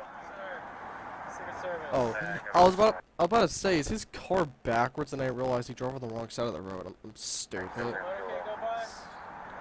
What? See a bunch of cars go by when they're going the wrong way? Yeah. You didn't see 25, that? I am close by. Take that. Copy that 258 for you, copy. Where are you coming from? Car? Home? Alright. Yeah, no, he's obviously drunk. He just said he came from a gay bar. Now he's saying he came from home, well, unless the gay bar is his home. I mean, technically, that you could live in the gay bar. But, I said this like 10,000 times already. Arrest that frickin' man. Don't give him a field sobriety test. I obviously know the police have to do a whole bunch of different things, but... Take a suspicious 979 South 60. Any idea that Kamala Harris is in town? Man. Well, I guess I did. For them sealed out again, to get the Is that the driver reason right you're off going the the wrong way on the highway? interstate. They're on our range. Yeah. Why are we going the wrong way on the highway? Because you're drunk? We're out. 25 copy. What? Drunk. Do you remember what, Wait, what did you say? 5 copy. What? Drunk. And he just admitted it. Yep, he Remember just what, just entrance you just came admits up it. on? What? Do you know what entrance ramp you came up on? The right way? You don't remember any of that? Did you actually have to make contact with it? They didn't stop. I was about to. Oh yeah, there's no choice. Right. He stopped. Good. You're probably like, oh shit. And then he started to turn to the left, and I got right up on him that close. So he was gonna try and go around you, saying. I would rather just play War Thunder. Actually, yeah. But my plan was to hit him. Hell yeah. You got it. This is the best time. Yo, imagine if he was like blackout drunk and he was like so drunk that literally whatever you say, like he just agrees to, or like he just says some random thing. He's like, and he's like an anti-governmental thing. It's like, oh yeah, I wanna kill the government. Oh my god, this guy would get like curb stomped to the ground by the cops. There's no, other than his, GPS playing back, I think. Queen. It's an NPS. I have no clue. Great. The teacher. What? Passport? I didn't. No. Who's this Do you have a guy? passport? No? Oh, must be a No. tow truck. What's your height, weight? I'm fat. So, I'm gonna ask you a bunch of weird questions, and I gotta ask them anyway, so just bear with me. Yeah, of course. Are you motivated by any kind of extremism group? Are you involved or associated with any kind of group? No. Like a military group or like anything like that? Are you a gun holder? Oh, what? A gun holder, like do you have a concealed carry? Do you own weapons at home? No. Anything like that? You don't have any guns at home? Yeah, I do. What do you got? I got a 12 gauge. Is that just for protection on the home? You don't take it anywhere else? You don't go anywhere else with it? No, my uncle gave it to me. What about mental illness? Do you take any How do you gift somebody a gun? How does that legally happen? medications? Have you been diagnosed with any, like bipolar, schizophrenia, anything like that? No. Have you ever been to, around any kind of Secret Service event, like a rally, a political event? No. Nothing like that? And again, fair question, just bear with me. Do you have any undue interest towards assassins, murderers, mass murderers, anything like that? No? Jeffrey What about friends or Dahmer. family? You married? Got a wife? Divorced? How long would you go to prison? I know they'll obviously say it at the very end of the video, but how long would you go to prison for almost hitting a president with your, not a president, electing president with your car? What's your ex's name? Were you working 2 nights ago and I got my OWI 6? No. I got an OWI 6 on Saturday night. Oh, yeah, it's off this weekend. Yeah. Yeah. Telling you, dude. Yeah. Hell yeah. Yeah. Right. What? There's other people pulled over or what? Nope. That's all for you. Really? Yep. Man, you're driving the wrong way on a very busy highway, man. This is one of the most populated highways in the state. With the federal government concerned about it. Yep. What state was this? I forget. Yeah. Yeah, what school? What the hell is it called? No, I'm asking. It's called, Where's it located, Wayne? no, it's called, Alright. No, wait. What art means you teach, or what do you do? Yeah, what grade? Or what I teach for, like, keyboard, Alright. Making you feel like a mental. What is this? Viking World Tour. Time to go, Chester. Time I got? What is that? Is that a band? Viking? 8:49. This guy's Yeah, for sure. Over here. Yeah, no problem. The sound effects. Load this. Up. I'll do my best. All right. He was subsequently transported to conduct standardized field sobriety tests. I'm just gonna follow my Why are they doing a field sobriety test? my partners here just around to the front of the All right, Wayne, take your time, all right? No problem. I got you. Yeah, I really me, don't I need to was watch over the there field with you, sobriety right? test Yeah, thing. no problem. Which resulted in 0.252. And blow. Keep blowing, keep blowing, keep blowing, keep blowing, keep blowing. I did good. All right, you know what the legal limit to drive in the state of Wisconsin is, Wayne? Yeah. 0.8. Oh, Okay, so it's 0.08, okay? I passed. All right, so you're at a 0.252, okay? So that's more. Yo, thing there, I'll always complain about this. One time I was doing my permit test. If you don't know what a permit test is, it's basically a thing that you do to get your the thing that the driver's license before the actual driver's license, like so you can drive, but you have to have somebody be in the car with you with an actual driver's license to drive. It said how drunk can you be to drive? Like how drunk can you be to still be able to legally drive? I picked 0, and the thing failed. It didn't fail me because I had to get 6 questions wrong, but the thing failed me because I picked 0. Is that my fault that I think you're not supposed to be drunk to drive? 3 times the legal limit. Wayne, you're going to be placed on arrest for OWI tonight. I can understand, oh shoot, did not mean to do that. I can understand, like 0.05, like not 0.05, like a 0.02. Why 0.08? 8, okay? I passed. All right, so you're at a .252, okay? So that's more than 3 times the legal limit. Wayne, you're going to be placed on arrest for OWI tonight, okay? Wayne, have you ever been arrested for this before? Yeah. How long ago was that? 1998. 1998, okay. That was a long time I'll let you ago. know what's going to happen from here, and then we'll see what's going on, okay?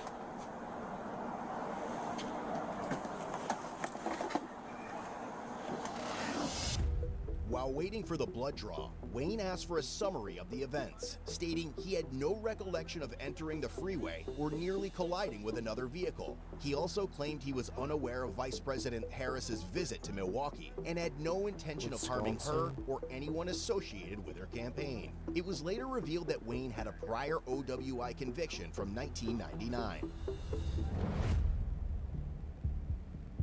In the end, Wayne was only charged with felony second-degree recklessly endangering safety and received over $2,700 in traffic citations, including one for operating while intoxicated. Since his last OWI conviction occurred more than 10 years ago, it is being treated as a first offense.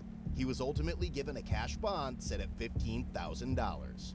How long did he get sentenced for? Want a deeper look into the channel? Felony second-degree reckless.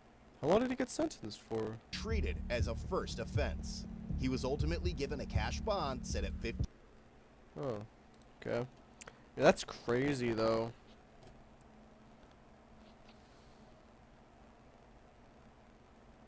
Okay. Oh. I've never watched this one before. Where's that video that I was gonna watch before I noticed the Kamala one? Oh, good thing I saved it to my watch later.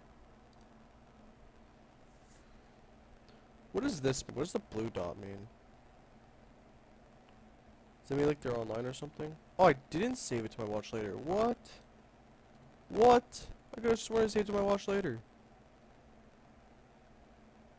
Where is it? Where is it? Where is it? Yeah, latest.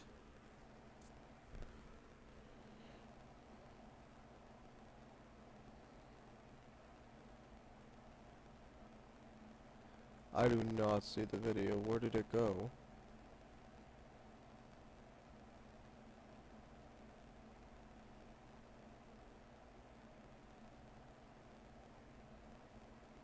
Where did the video go? What the heck?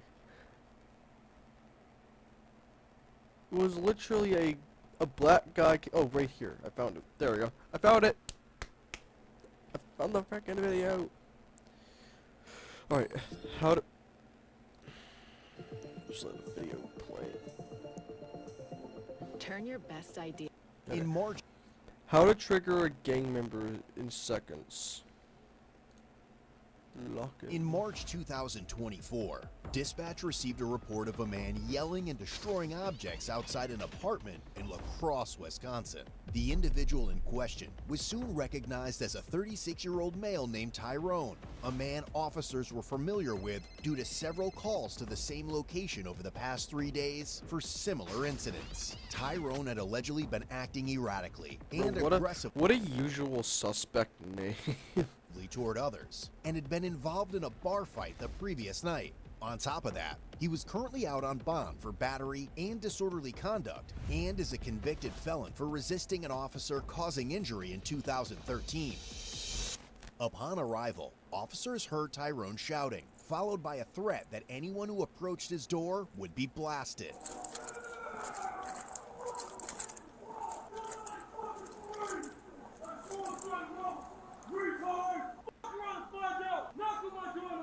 I'm gonna shoot you and your 76. and your 5 money and your 10 money.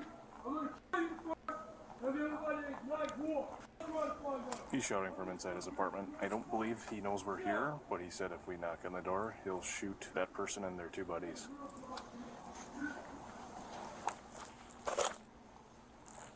You hear him shouting out the window here.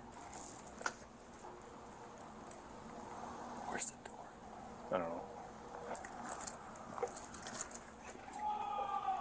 Stay wide.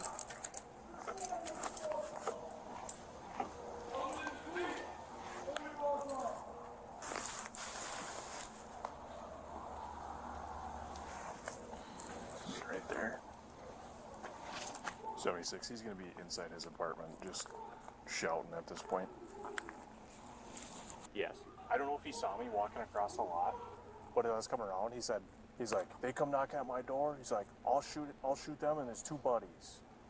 So, where's he yelling coming from then?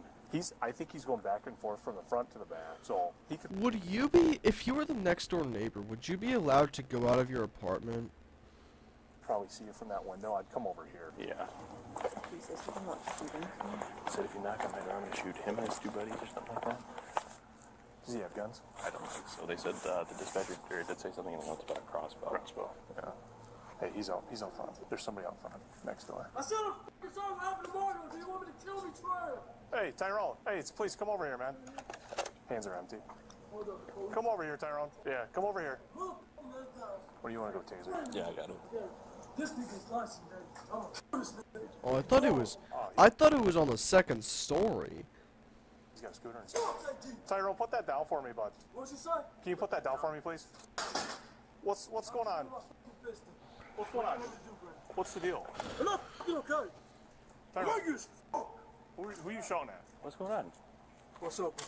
What's going on, man? I said, what's up? Yeah, no. Jess was at my house. I know. What's up, Shake man? my hand. Stop playing me. Okay. What's going on? You alright? Yeah, what's going on? What's up, boy? How you doing? How you doing, man? What's up? Why are you yelling? Who said that? Me. Why are you yelling inside your apartment right now? Hold this. I'm putting put you on video. Matter of fact, just stay on the phone. I'm gonna have to whoop this cop real fast. What? Yeah. Hold it. Hold it. Yeah, the second you say you're gonna hit a cop in front of the cop, yeah, you're gonna get taken down pretty fast. Put your hand behind your back. Put your hand behind your back. Hands behind your back. Yep, there we go. I got cuffs. Make sure he's not covered in oil. If you tase him, he's gonna catch on fire. Threats and DC. Yep. 62 or 95. Are you okay? I know. You're good. You broke my thumb. Are you okay? Oh, ow! Sarah, are you injured? You need medical attention? Yep. Tyrone, are you okay? You need medical attention? Tyrone, let me double like these. What hurts, Tyrone? You need medical attention, Tyrone? Hey, Tyrone. What's it? What hurts? Which thumb? Which one? Which thumb? This arm? Your left one? Okay, we'll get you checked out. Right there. Which one? Your left or your right one? Your left thumb or your right thumb? Bro's acting so gangsta, and now he's just crying. No, you gotta relax. It's right by his foot. Tyrone, are you injured? Tyrone, are you injured? Tyrone, what hurts? Hey, Tyrone. Yeah, man. Can we have Tri-State come out here? Tyrone, let's sit you up. Tyrone. I'll throw it to your right side, okay? You can have him come 33 for now. Tyrone. I don't believe he hit his head at all or anything. Did you see anything? I don't know. That's what I was going to say. Do you want to roll this way? Tyrone, we're going to roll you on your side. Roll you on your side, okay? We're going to sit you up. All right. We're going to sit you up, okay? Give him a sternum room. What's that? Tyrone. Tyrone, wake up. Tyrone, wake up. Tyrone, wake up. He's breathing. Yeah, he is. Oh my God, what happened? 62, Tri-State. Goofy ass motherfucker. You ain't break my thumb. You got me cuffed, right? You said you gonna set me up, right, bro? Yeah, you wanna sit up? Set me up then. I'll sit you up. Roll onto your side here. Ready? Sit you up, sit I you would up. never do those running, nigga. There you go. That's Now, fine. Y'all never look scared to you? No. Oh my Eve god. to me is basically freedom. It's a giant open universe where Only age. No. So this is just a disorderly conduct. Disorderly, resisting, press law enforcement, bail job. I was basically defending myself against 3 fucking officers, bro. Sure, you said I'm going to sure? this cop up, so... Yep. What's that? I said you said I'm going to f*** this cop. Hold on, man. Chill out. You say what? Get in the car. I said, what did you say? You said I'm going to... Where's your body cam at? It's right here. Flashing red. Is it on? Yes. Are you sure so? It is. If it ain't, I'll punch you in your mouth. Okay, that's fine. Take a seat. Sure? Yeah, take a seat. Are you scared to get punched in the mouth? No, I've been What's punched in your the name? mouth. Take a seat. Yo, just say no, it's not on, and then you can get more charges on him. Armor, take a seat in the car. Armor? Hold him. Sit How there do for you, me. Can you sit in there? Yep, just scoot that way. Yep, you're doing Yo, good. I'm gonna make good predictions right now. He's gonna get charged with threatening a police officer. Would he be charged for resisting arrest? I don't know, disorderly conduct, I think. No, slide all the way in. Disturbing the I'm just gonna buck peace. you in here quick, boss, alright? Oh, I think disorderly What's wrong with your conduct and arms? disturbing It peace is the hurts, same thing. Which one? I don't even know. Do I got any yours? Hey there. Armor. What's up? Do I got any yards? Are you hurt at all? Yes, I'm What I'm hurts? bleeding. I didn't see any blood. Just on like the altercation I got in when I got jumped last time at the bar. Yeah. What was that bar called? you. Driftless axe last night? Driftless Axe. And then what's the jail y'all taking me to? Lacrosse County Jail. All right. What hurts right now, though? We can get you checked out. He's been in the front and the back yelling. There was cops out here earlier tonight, like a few hours ago. Somebody had called a disturbance in of him like getting into a fight with somebody and described him like to a T, and he's like, "You guys are on some bullshit. You're just singling me out because I'm black and blah blah blah." That's not at all what it's about. You gotta tell us what hurts, otherwise you can't I help. told you everything hurts. Let's go. Where do you want to go? You wanna go to the hospital? Trust me, I don't want to go to jail. What's that? I don't want to go. I want to go back in my house. Well, I'm that's in not my gonna happen. underwear for f***ing sakes. Yeah. This is public humiliation. This is bullshit. I just got flexed to the Was he literally outside like that? concrete by a big ass fucking white dude named Armor. So we'll get you checked out Good at the luck, hospital, bro. okay? Good luck. Don't need to try to say. No, I think we just trim him. You want to follow me down? Tell you what, Tyrone, we're going to go down to Gunner Center. We're going to get you checked out, okay? Sounds like a plan to me, Armor. You got to do what you got to do, bro. What kind of gun is this? You hear me? It's an AR-15. What kind of gun is this orange gun right here? It's a Remington 870, but it shoots less lethal slugs. Oh, so it's a non-lethal shotgun? Yeah, less lethal. That shoots shotgun what's it called? What's that? What kind of gun is that, bro? Stop playing. I'm not going to ask you again. I just told you. Yeah, but what kind of rounds does it shoot? Shoots beanbag rounds. What they are. Mine shoots slugs. My shotgun is next to my couch. Gotcha. You hear me? Yeah, I hear you. You lucky you came in there with your whole crew, because you don't want to see me with these hands. You understand what I'm saying to you? What's that? You don't want to see me with these hands. But that is another thing. Bro, how many charges is this guy gonna get? That's like 3 times he's threatened a cop. You understand what I'm saying to you? I get you. One-on-one, you can't f me. You understand me? Armor. I hear you, Tyrone. I said one-on-one, you can't f me. You understand me? I get you. You get me? We'll see. Okay. Because I'm going to get the opportunity to be blessed to have a one-on-one with you. You understand me? In front of everybody. You hear me? You think you're ready for that? They told me that I'll have this opportunity. My father... But it must be scary to be a cop and you arrest people like this.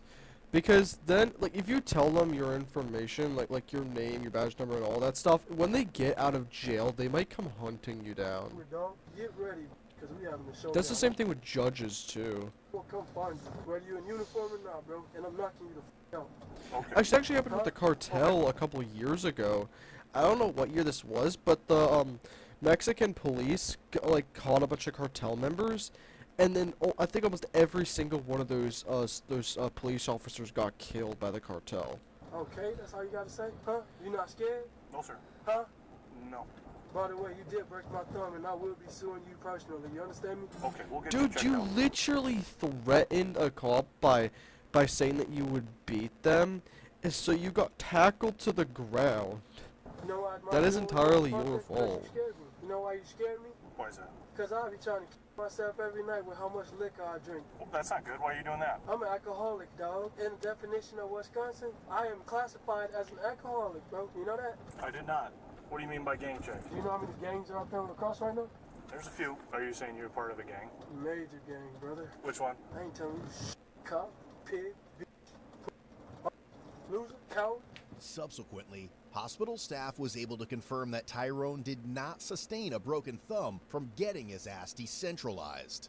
Run the game by me. What's supposed to happen when I get to the jail after I caught this? I mean, you could definitely have a you could have your thumb go in a way that it's not supposed to, and it starts hurting really badly.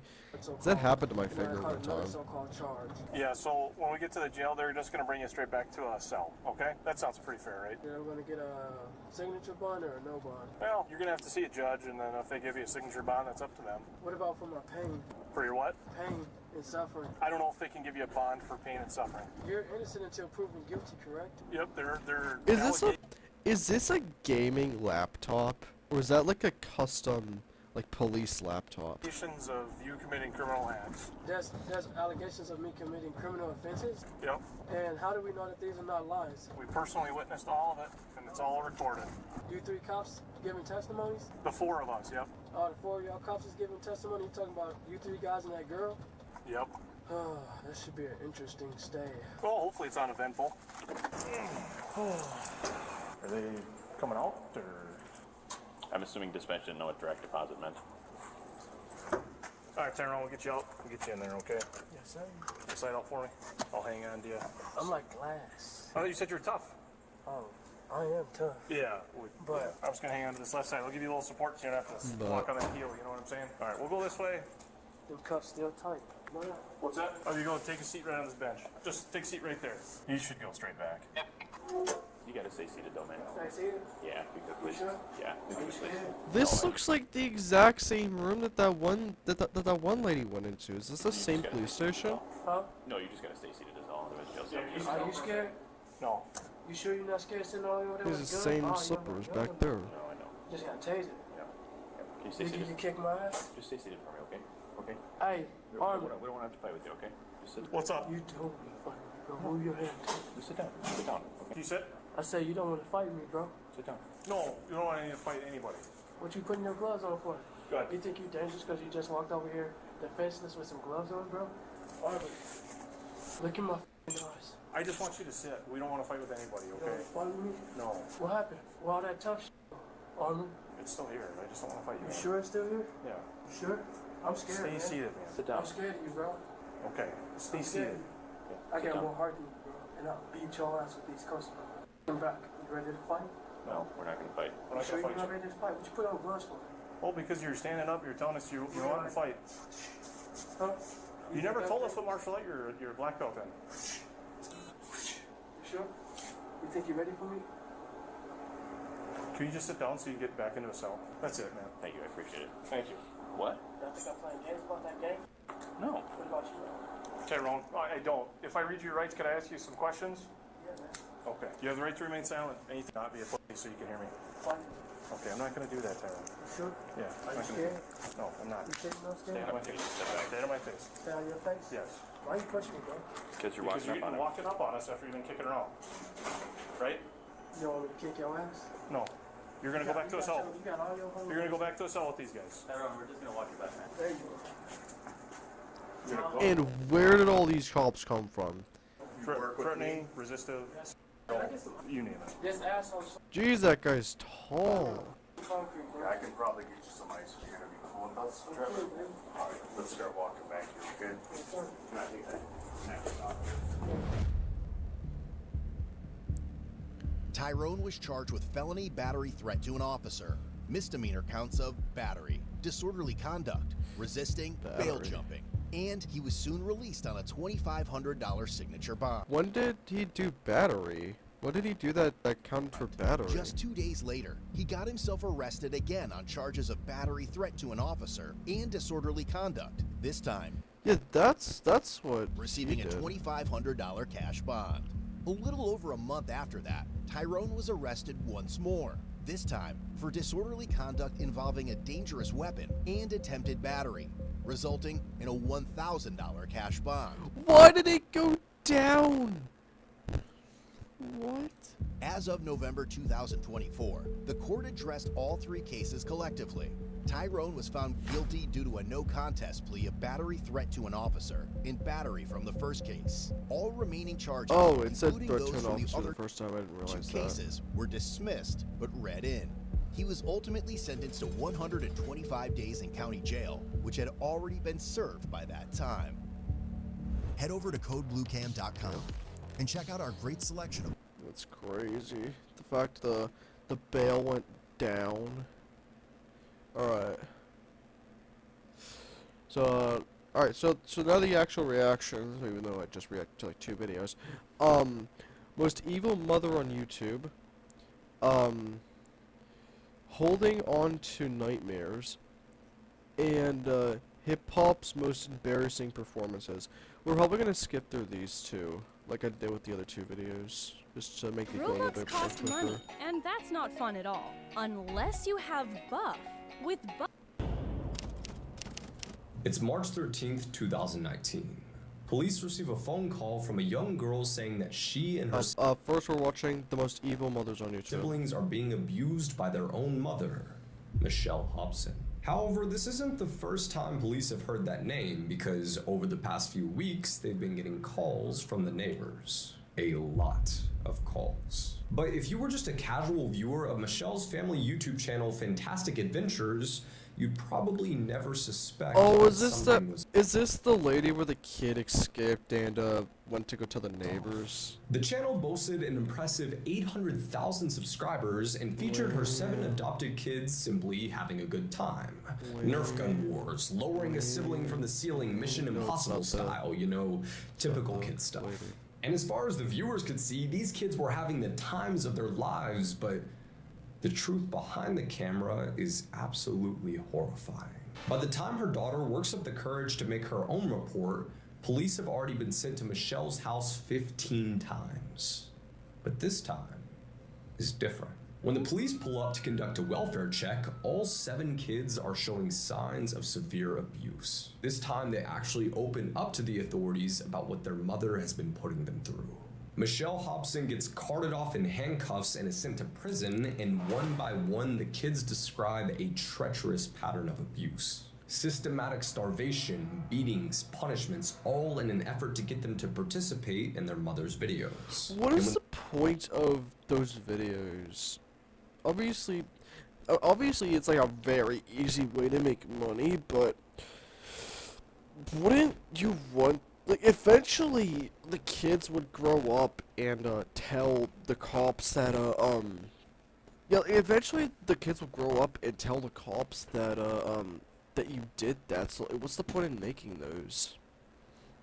When the money starts to roll in, the abuse Not gets making those, worse. doing that. Michelle begins to do whatever it takes to keep them cooperative, even if it means taking the kids out of school.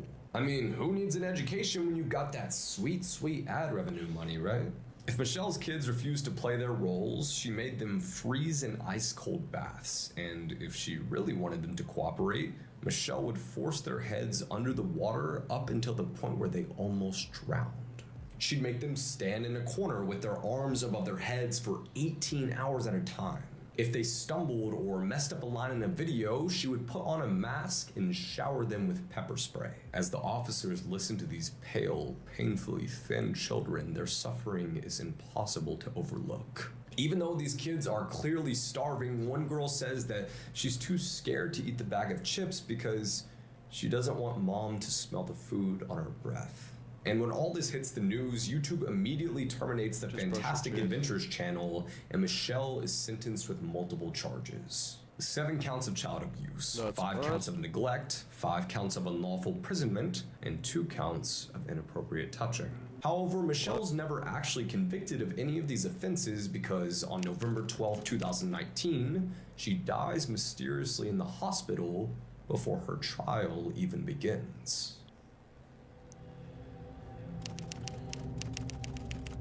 It's 2016, and Mike and Heather Martin are at the peak of their YouTube fame, getting millions of views on their channel, Daddy of 5. The couple, along with I think I've seen Daddy-O5 before. I don't remember. their 5 children, document their daily antics for the world to see. Now, fans of the channel think Mike and Heather are nothing more than a happy, fun couple with happy, fun, loving kids. But this extremely... I feel like Daddy-O5 is like the most, is like the most tamest, it's like the most tamest, like, neglectful child abuse family channel.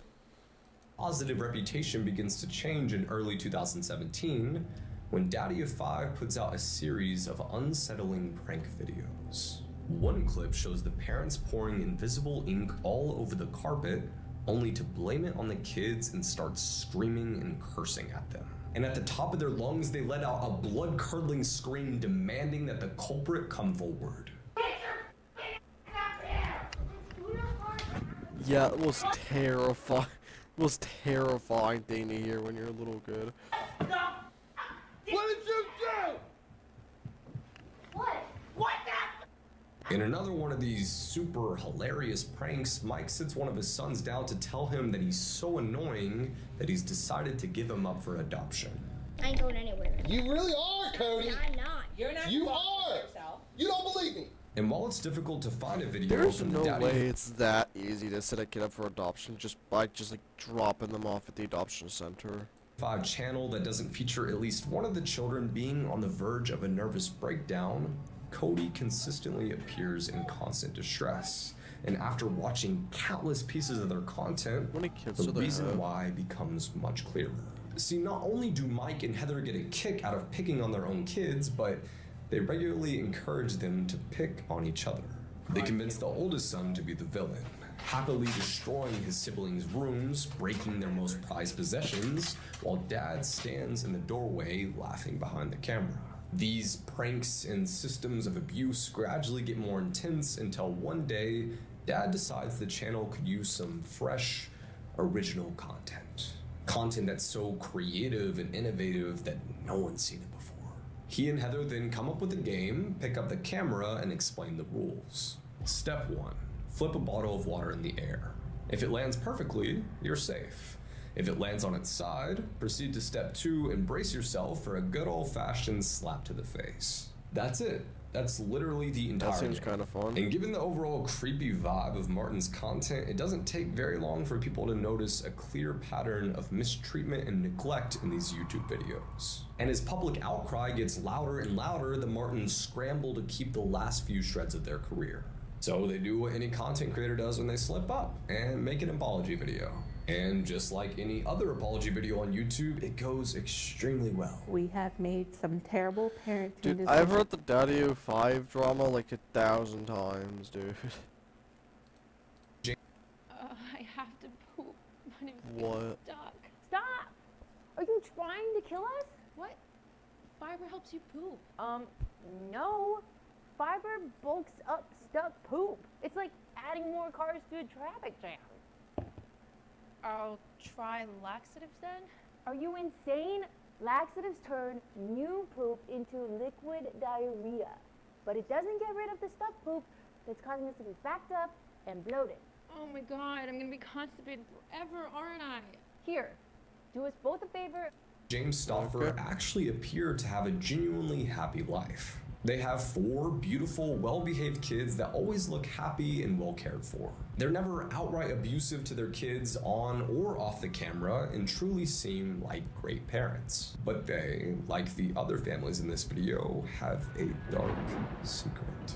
As with every family vlogging channel, there comes a point where the parents realize that bringing up milestones in their life is a good way to bring in the views. But what happens when there's a family like the Stauffers, who have a seemingly perfect life and there's nothing controversial or viral? What was that family back in, I think like the early 2000s or something, that literally chained up their kids to like inside the house, and they literally had to escape the house because they literally couldn't? On. Well, Micah and James take this into their own hands when they simply adopt a baby from China who's diagnosed with severe autism in an effort to draw attention to their loving, selfless ways. And when the boy becomes too difficult to take care of, they dissolve the adoption and send him to a new family. Sure, their baby boy came with learning differences and various medical complications, but from the very beginning of the process, the Stauffers specifically sought to adopt a child with some kind or any kind of severe disability. Is there like a system thing in adoptions where like if you adopt a kid and unadopt them too many times, then you can get blocked from adopting kids? Doctors even go as far as advising the couple not to adopt their son because of the extent of his condition and the level of lifelong care that he's going to need. But shortly after receiving this warning, Micah posts an update for her subscribers. Using her sweetest preschool teacher voice, she explains why the family decided to ignore the advice of multiple medical professionals and follows through with bringing home their newborn baby. They simply love the little guy too much to just walk away, and in their mind, he's already their child, and their child is not returnable. However, over the next few years, this glowing sentiment goes straight out the window. With the public now aware of the fact that they gave the kid away, Micah's earlier videos come off as nothing more than a show, some spectacle for the camera. And the video they made in response to the allegation doesn't really do them any favors I've either. never heard of this family before. Despite outright admitting that they were ignoring the advice of their son's pre-adoption doctors in the past, Micah and James tearfully tell their viewers that they weren't fully warned of his prognosis or the challenges they would face while raising him.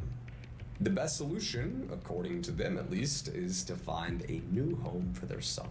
And naturally, the public remains unconvinced. As more and more of the family's content comes under scrutiny, brands start to drop the Stoffers from their partnership programs. It's at this point that the full picture of who Micah and James really are comes a little more into focus. An extensive investigation reveals that the couple didn't technically break any laws, and their child is actually thriving with his new family since this all went down.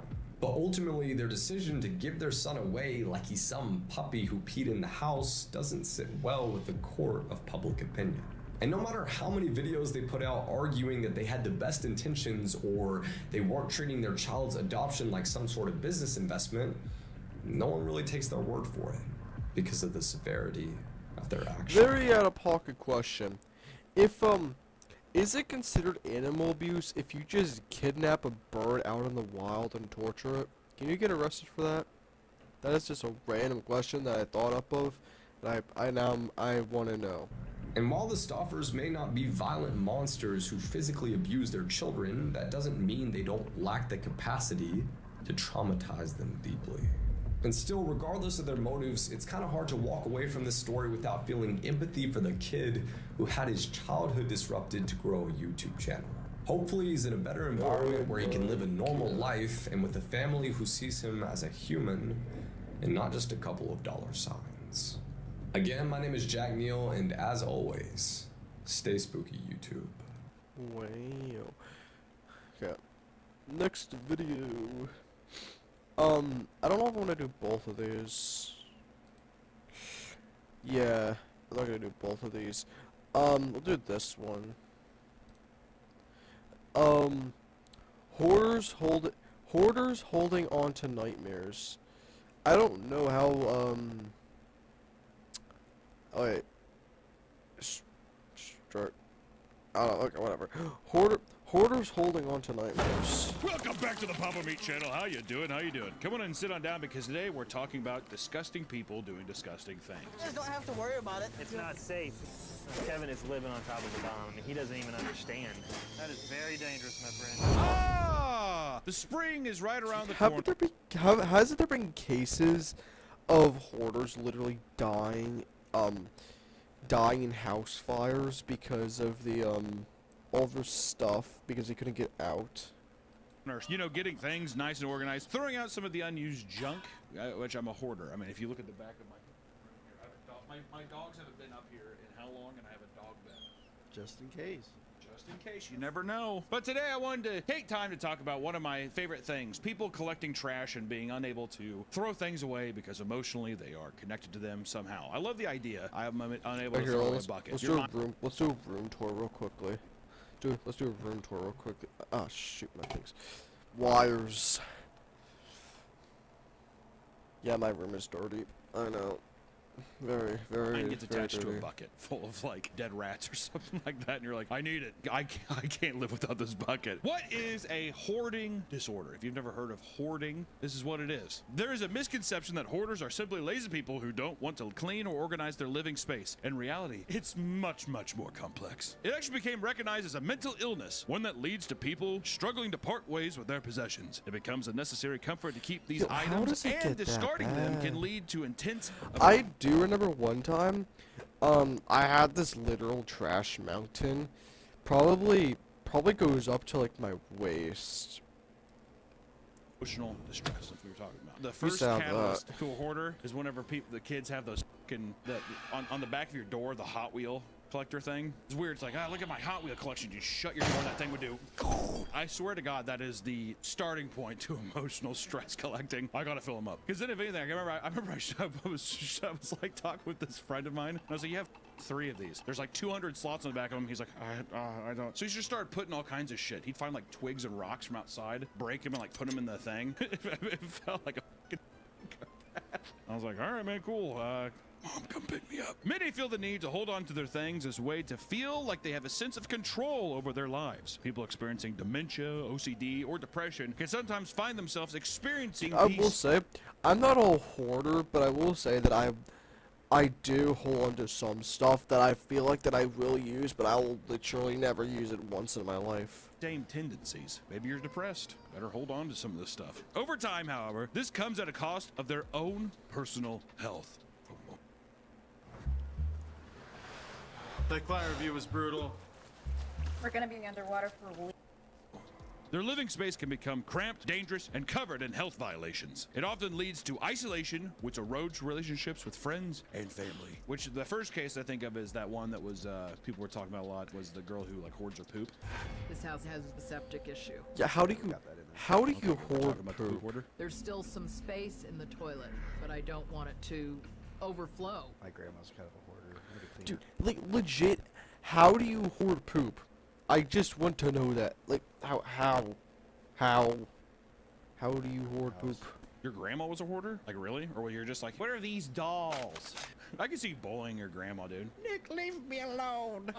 Stop it, Nick. I cleaned her house for free. I spent 2 days. Touch me there. Just take your medicine and go to sleep, grandma. She had dog shit, like, stamped in the carpet. Oh, dude. See, that was one of the reasons why I hated going to my grandma's retirement home. Old dementia kooks walking around and stuff. One of them had a cat that was dead, that, like, was under the bed. And, like, nurses would try to come in and clean up, and she's like, get out of here. And she, like, freak out. It was horrifying. To be an owner of a retirement home, like, 30 years ago or whatever. What retirement home allows pets? Mine. Oh, my God. Just put them in a closet. Come see them at Christmas. There's 5 stages of hoarding. Level 1. One who feels the compulsion to collect things but has kept it to a minimum. Their home is still That is easy, a accessible. bunch of I think that stains. I'm at a level 1 or maybe a level 2, which is how, I mean, if you look around just the things that I collect, I think anybody who's like collects a little something. I collect Pokemon cards, but I have way too many of them and I don't want them anymore. Everyone has a moment in time where they're like, I will never stop until I get a Charizard. what is this? Oh, just keep it. That's, well, see, for me, it's like I'm just so fat, all my clothes doesn't fit anymore. And my wife's like, you should just get rid of these. And I'm like, oh, I'll slim down. I wonder what it is if it's anti-hoarding. I had that. They used to just throw away shit. What is? I wonder what that is for. Well, just more like, I have no use for this, and then you throw away family memorabilia, and then they cry. I think my sister has that. My mom will buy her like a new couch or whatever, and she's like, it just take up too much space. And she's like, throw it. You're like, so you don't have a couch in your house? And it's just like a folding chair and a TV, and Bob's Burgers playing on the TV. You're like, all right, dude. Or we could talk about level 2. While not too extreme, there's noticeably more garbage and old food laying around. Perhaps animal waste as well. I've even had some buddies like Is that. that Garbage mold? and old food laying around. Perhaps animal waste. Dude, that has to be like, I know that's not mold, but that has to be some sort of like feeding your animal poison or something. Waste as well. I've even had some buddies like that, left out food and shit. But it's not even like lazy to throw away. They're like, well, I might eat it. Like pizza crust that's like just like as hard as a rock. It's good stuff, man. Pizza shop, cracker crust. Yeah, I have that. Oh, good stuff. Like, oh shoot. No, like my mom threw away like this whole thing of pasta, and I'm like, I want to eat that. I'm gonna eat that. Delicious. A nasty odor begins to ruminate, and bedrooms and bathrooms become unsanitary As long as it doesn't smell or taste weird, I'm gonna eat it. and unusable. Items begin to collect and stack, taking Obviously, if it's not molding. up a more noticeable amount of space. And then you move into level 4. The odor becomes unbearable, and an abundance of animal feces, bugs, and rodents infest the house. At this point, the junk Wait, I need becomes a- stacked. I And good blacked stuff, out. man. Pizza shop, cracker crust. Oh, good stuff. Level 3. A nasty odor begins to ruminate, and bedrooms and bathrooms become unsanitary and unusable. Yeah, no, our box. When we used to live in a house, we live in an apartment now. Our box room was level 3. Items begin to collect. If you don't know what a box room is, basically just a room that you have a bunch of boxes in that you're too lazy to unpack or you have no room to put them.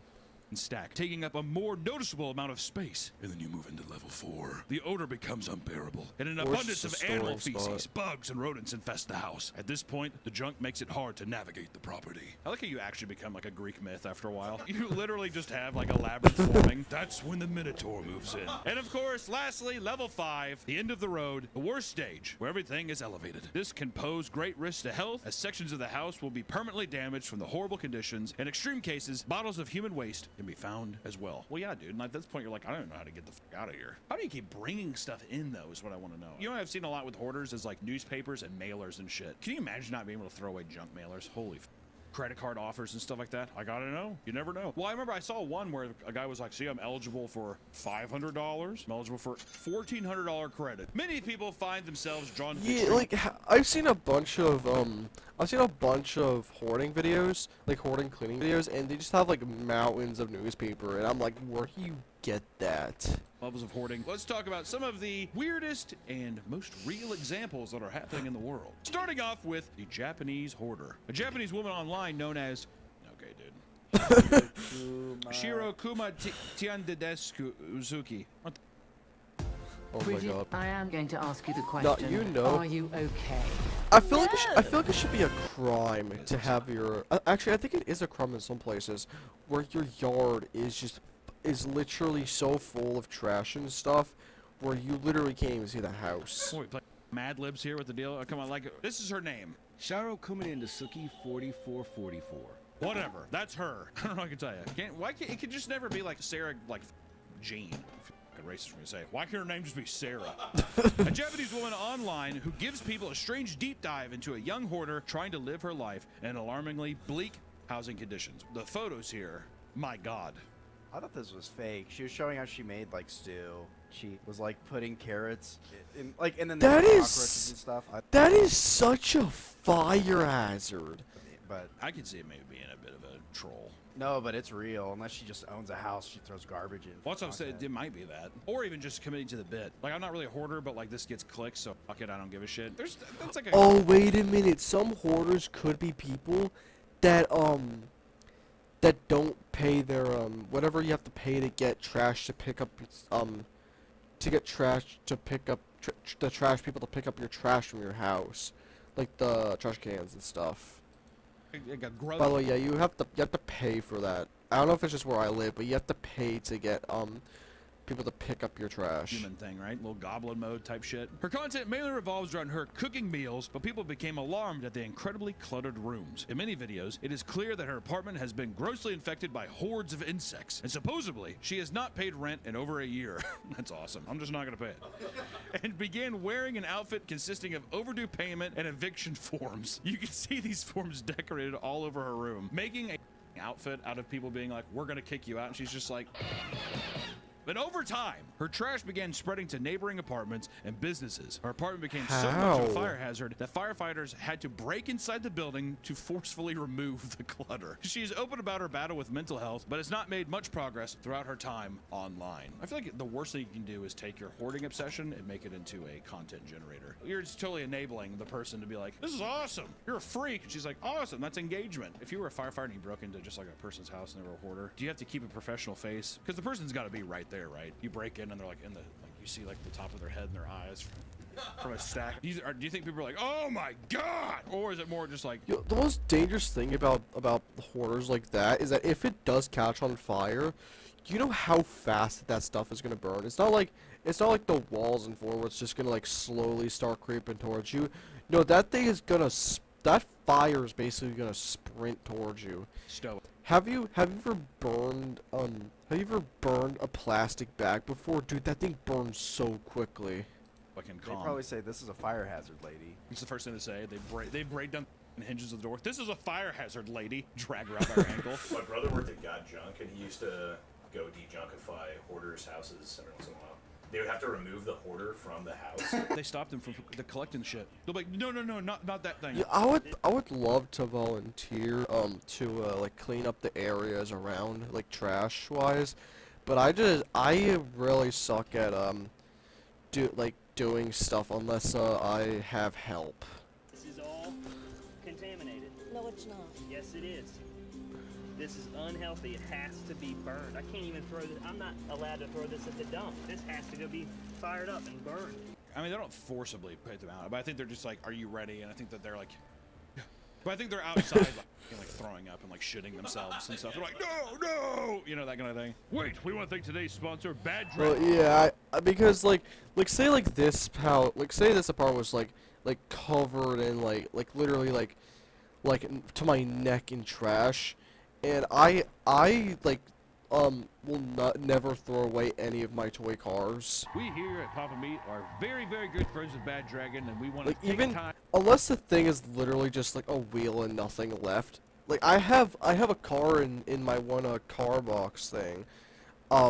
That's literally just flattened, and I'm not throwing that thing And away. thank them for being an amazing sponsor. If you're looking to spice up things in the bedroom or even I'm for a yourself, hoarder for consider going to cars, Bad Dragon toy and getting a little cars. something on the sexier side. We've been Oh, this to is the an fact that ad. if you're looking for sponsors, Go back in time to appreciate to the video. If none of your friends have told you about the skip This is forever not the button, video, those are your this is friends. the, This is Pi, and ad. if it sounds familiar to you, it's But let's go back in time a little bit, right? We need to go back in time to appreciate what some called the first hoarder house, the first recorded hoarder house. That's what they say, which is called the Collier Mansion. Hoarding is not a new thing. In fact, one of the first and most famously known cases of hoarding took place inside a mansion in 1947. That's how you know, too. It was definitely a hoarding house. They just won the war. And he's just like, I'm not throwing out a thing. Everything's a trophy now. Off Germany.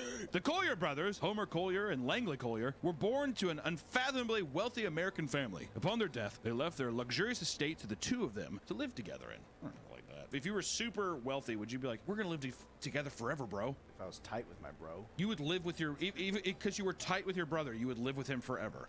Yeah. You would never establish a sense of independence for yourself. Well, it's like him and Harry, dude. You know, they're already doing it. I guess that's true. You're already doing it with Harry, I guess. The death of their family had a massive impact on them, causing the brothers to isolate themselves in their new home. This was exacerbated when Langley began to go blind in 1932. What started as Langley collecting things he enjoyed, like toys and books, slowly turned into filling the place with an Oh assortment my of god, I just realized. You obviously can't live all by yourself when you're blind, but you have to hire, unless one person's gonna do it, you have to hire like a couple of people to like clean your house and do all like other stuff, do your taxes. Oh my god, I never realized that. Not only did this include things like camera equipment or random furniture, but even jarred organs that belonged to his father when he worked as a doctor. What? God, dude, those old medical, like this is Dad's spleen. Dude, imagine digging through somebody's trash and you just see like just like fat. He's like, it's not mine, I just have it in a jar. Langley, who was unable to work or tend to himself because of his worsening blindness, was cared for by Homer. Their home was broken into multiple occasions, and in response, Langley used his obscenely large collection of stuff to create a maze that would stop intruders from finding their way in. That is, this is the premise to a horror film. Well, it's like, what the fuck was that movie? Don't Breathe? Is that what it was called? Whatever, the dudes break into the blind dude's house. Whatever, which to be fair, he's doing like a Home Alone, like Macaulay Culkin thing in that movie. But can you imagine you go in and it's a maze and he's just like, welcome. You've made your choice. The smell was becoming unbearable, reaching far beyond their property and towards their neighbors' homes. In response, the city council offered to clean the house, but the brothers refused. One night in 1947, a nasty, rotting smell led to a neighbor calling the police. Officers were sent to inspect the place, but physically could not, as the windows were reinforced with iron bars. There were so many piles of junk at the entrance that an officer had to break in on the second floor just to avoid the impenetrable wall of filth, which I love this picture here. It looks like a Buster Keaton movie. The guy's just like, don't worry, I'll get up there and see if I can fish him out myself, boys. After 5 hours of digging, they found Homer's body. It was perceived Is he had that died him? of starvation. After 5 hours Is that him?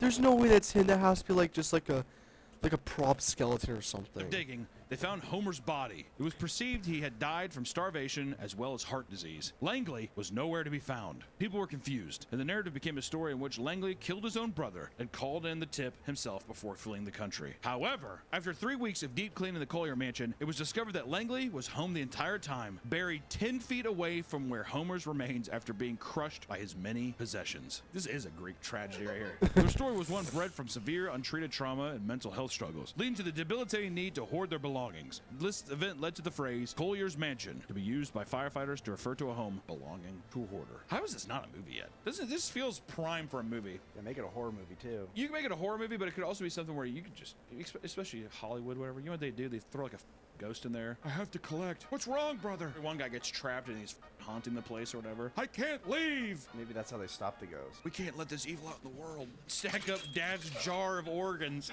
This is like you could probably do like a movie like 1408. 1408 is like John Cusack goes to a hotel and like this room is supposed to be haunted. It's like a really surrealist shit where he like tries to leave but like won't let him leave, all that kind of stuff. Whatever. It's actually not a bad movie. Or we could talk about a hoarder who owns 300 to 500 animals. Bit of a weird scale there. It's in that range somewhere. This year, Warren County humane officers were randomly called by a woman from the hospital. She admitted that she had a serious hoarding problem and that her 200 animals were home alone and in need of care. Like now it's 200. All right, easy. Well, let's see what happens here. When they arrived at the location, they were shocked to find that she greatly downplayed the situation. Not only was the home already covered in dead animals, but they found between 300 to 500 in total. I want to know the day she faced that demon though, where she's like, yeah, I might have a bit of a problem. I think I might be a hoarder. They found stacks of rodent cages containing hamsters, gerbils, and rats. That would freak me out. That would freak me out. In a horrific scene, several huskies were found dead in the backyard. Only one was still alive when the humane officers arrived. And the animals were transferred to a shelter as it was more than obvious that the woman was not equipped to care for any of them properly. What a fun little story. Wasn't that nice? I'm wondering how much of it is like, does she steal other people's animals and bring them in? It's a breeding problem. My aunt had that. She let in like... How many members of your family are you talking about in this one too? Good Lord. My aunt, she would like feed stray cats and they started breeding and then she had like 30 in her house. Oh, they were breeding inside of her house? Yeah, because she's like, well, I feel bad for them. When my aunt went out of town, my mom was watching her house and the first day she found a dead cat on the floor. Granted, they knew it was going to die. You're like, but don't even get me started on my cousin. Or we can talk about the hoarder junkyard, which created a fire hazard, which I feel like are these all not fire hazards. We can talk about the hoarder junkyard, which created a fire hazard, which I feel like are these all not fire hazards. Let's see. In 2024, an LA. Okay, so it's LA. An LA family became fed up with their neighbors' hoarding habits. Alina Malone and her husband Josh purchased their dream home in 2021. They spent $1.2 million on it, convinced that this would be their home for the rest of their lives. Out in LA. Their neighbor, however, would collect an insane number of items that would eventually spread to his backyard. Over time, his 5-acre property became a dangerous junkyard filled with absurd objects, refrigerators, shipping containers, burnt car batteries, and piles of moldy clothes. There are 114 vehicles total, some of which are believed by Highway Patrol to be stolen or previously used to enact crimes. Alina knew things had gone too far when she was unable to visit her husband, who was in the middle of chemotherapy. He was vomiting uncontrollably, and Alina physically couldn't leave the house to pick him up because a car was blocking the front gate. What do you do when you're just like, hey, move your shit? Do you think is the guy just like, no, or do you even see him? Is he like a mystery figure? Not only was this a fire hazard, but the area they lived in specifically was no stranger to harsh weather conditions, because if a rock falls on the ground in LA, it goes up in flames. The owner of the property believes that her son's hoarding started after their house was destroyed by a fire in 2017, which led him to feeling the need to constantly scavenge for materials. What? District 9? Like, what are you talking about, dude? The house is down. We need wood. We need firewood. This kicked off the bad habit. It had only worsened over time due to other possible trauma. The Malones are forced to wait until the city clears out all the numerous cars in the neighborhood yards. Only then can the LAPD enter the property, according to Alina. It seems that nobody will really be pushed to fix the issue until another serious disaster strikes. I love how that one ends of just like, that's just her life now. Forever stuck in her house. Her husband on chemotherapy is still there. You know, he's fully recovered now with a new family. He has a full head of hair and couldn't be happier right now. She's just in the gate though. She just orders DoorDash and she has to like reach to the gate. Can we just throw it? Just throw it. Or in 2022, Robert Elsie was found dead, buried underneath a pile of garbage. It's just great when the sentences start off like that. You know, there it is. Police were called in after his neighbors noticed his mail. How did it happen? Does the is there just like a trash avalanche or something? Up on his front porch. Like, what do you mean stacked up? The guy's just like. Police were called in after his neighbors noticed his mail began to stack up on his front porch. It seemed that he had trapped himself inside his own hoarded possessions, possibly dying from asphyxia. He suffocated amongst his own trash, which I guess, like, looking at the pictures here, that is insane. No! Investigators were told by his neighbors that Robert's mother passed away 10 years ago, but there was no record of this available. When one of Robert's storage units was put up for auction, the new owner was shocked to find that amongst more piles of garbage, there was a box that contained the skeleton of his dead mother. Capacitor course check is okay.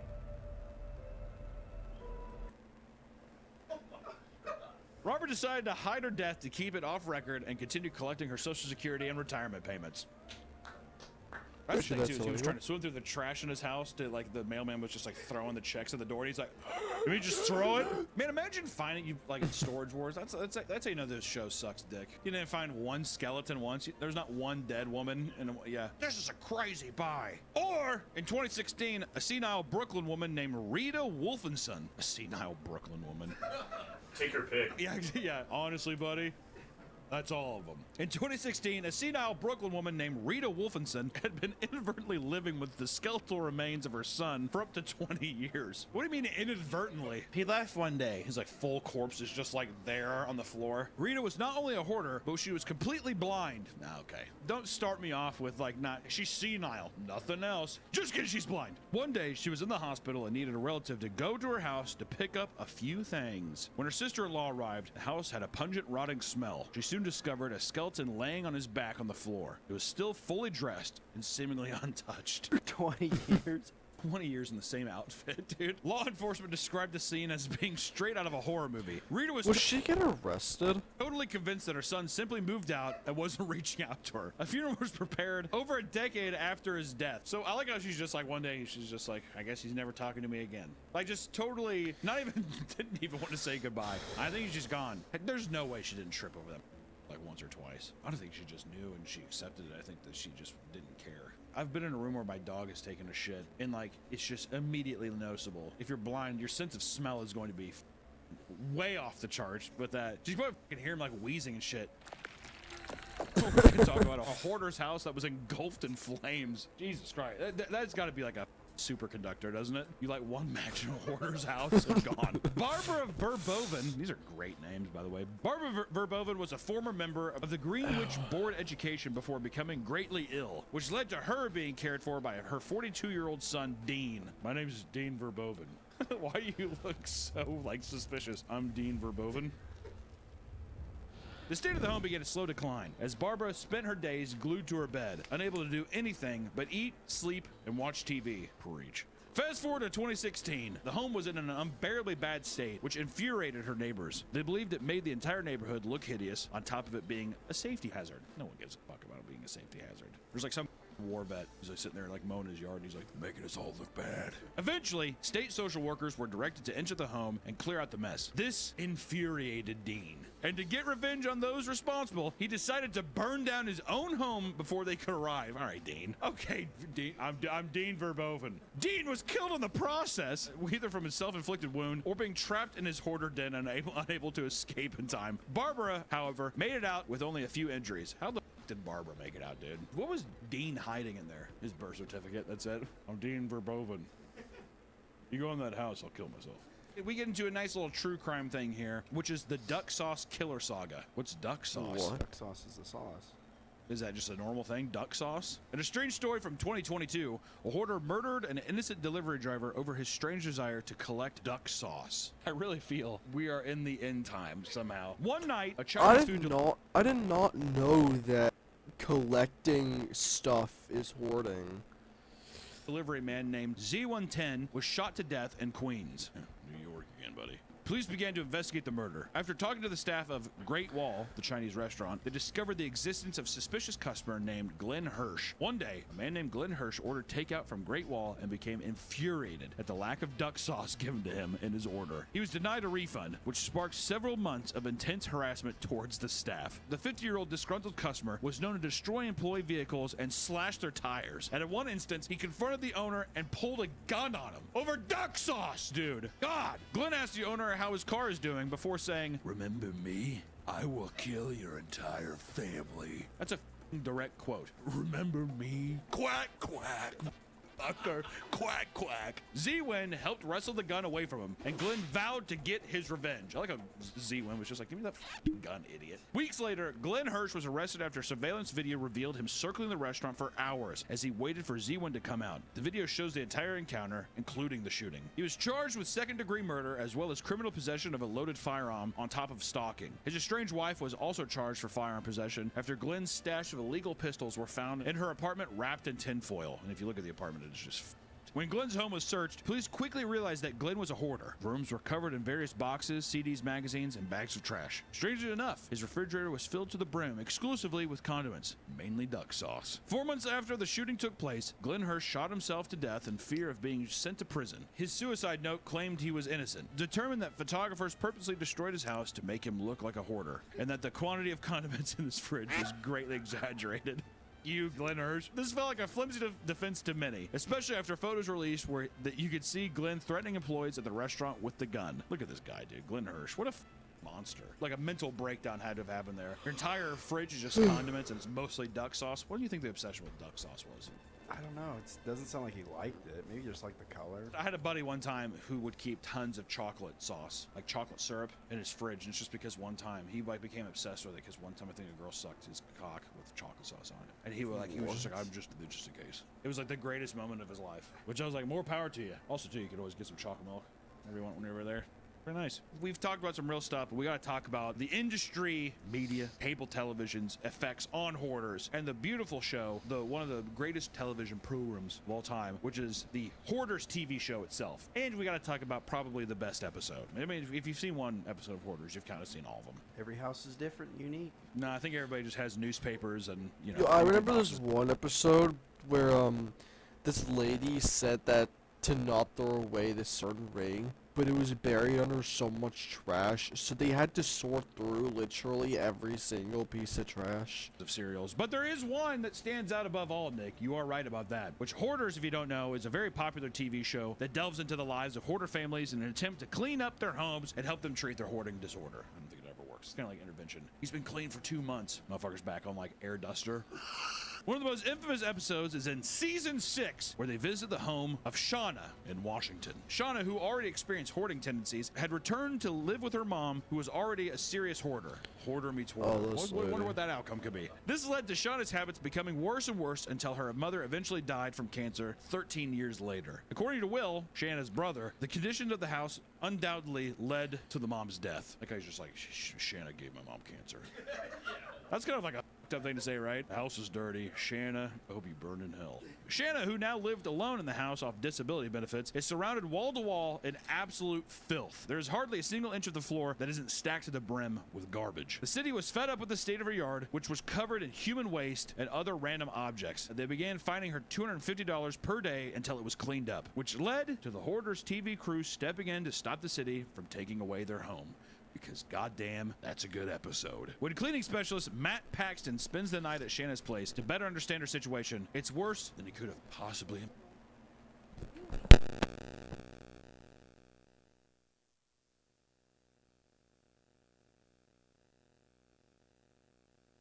I'll be right back.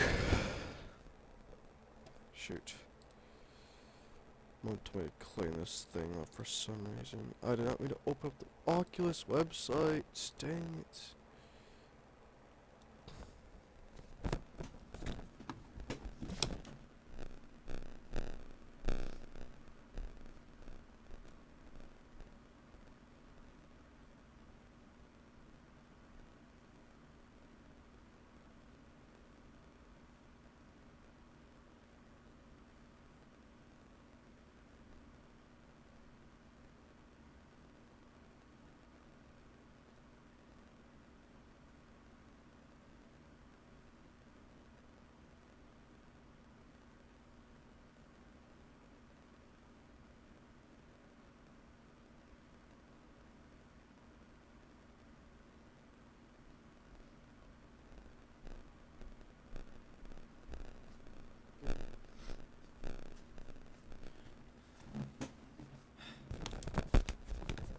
I don't know why she just doesn't clean it up, but okay.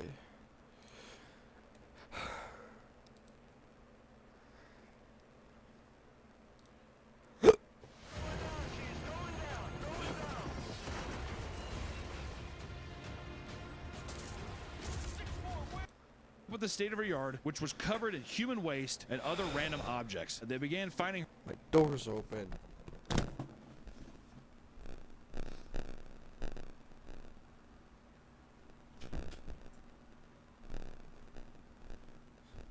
her $250 per day until it was cleaned up, which led to the Hoarders TV crew stepping in to stop the city from taking away their home. Because goddamn, that's a good episode. When cleaning specialist Matt Paxton spends the night at Shanna's place to better understand her situation, it's worse than he could have possibly imagined. This house. Where do you sleep? Disgusting. It's hands down the worst smelling house I've ever smelled in my life. This is pretty disgusting, y'all. Serious.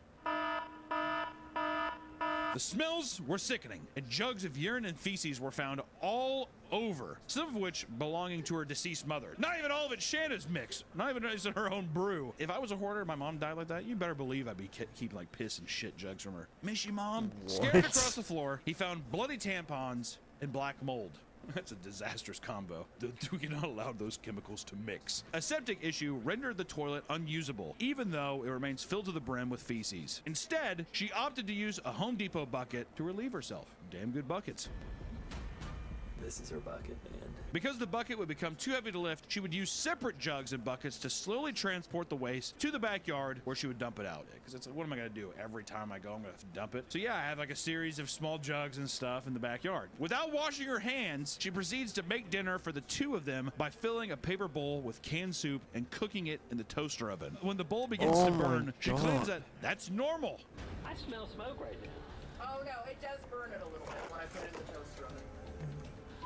She's like eating microplastics, right? The brother comes in. He's like, what? What did I say? She sits down next to piles of trash and feces as she eats. And when Matt discusses the source of the smell, Shanna is absolutely shocked that it's because of the piles of human waste, rather than, quote, a musty odor due to mold and dust. What is the main cause of the smell? Musty odor, having to do with mold and dust. No. No? It's the feces and urine that's in the house. Okay, so it's still musty. Yeah. But it's from feces and urine. Not because the mold and dust is getting on everything. Dust is nothing compared to all the feces and urine. What would is that brand new? How would you be able to get arrested for something like this? To think that the feces and urine has something to do with the smell? I guess so, because I thought it was due to the mold and dust. After this discovery, she tells Matt, quote, I've learned a lesson about fecal matter today, if nothing else. And she's like, I have not even thought about a single other thing. I'm just more interested than I am. I'm not saying that I'm going to change anything. I'm just saying that kind of interesting. As the cleaners begin to sift through her kitchen, they are surprised to see that Shanna prefers to keep her moldy bread because she can cut off the moldy parts. When pushed to throw it out, she compares her situation to an intervention where the addict just wants to, quote, go out in a blaze of glory. AKA, she eats the moldy, expired food one last time. When they refuse to let her, she is quoted saying, again, why does it matter? I've been eating poop for 12 years. Awesome. And she's just like, moldy bread? You have no idea. I would not eat a salad that had poop on it.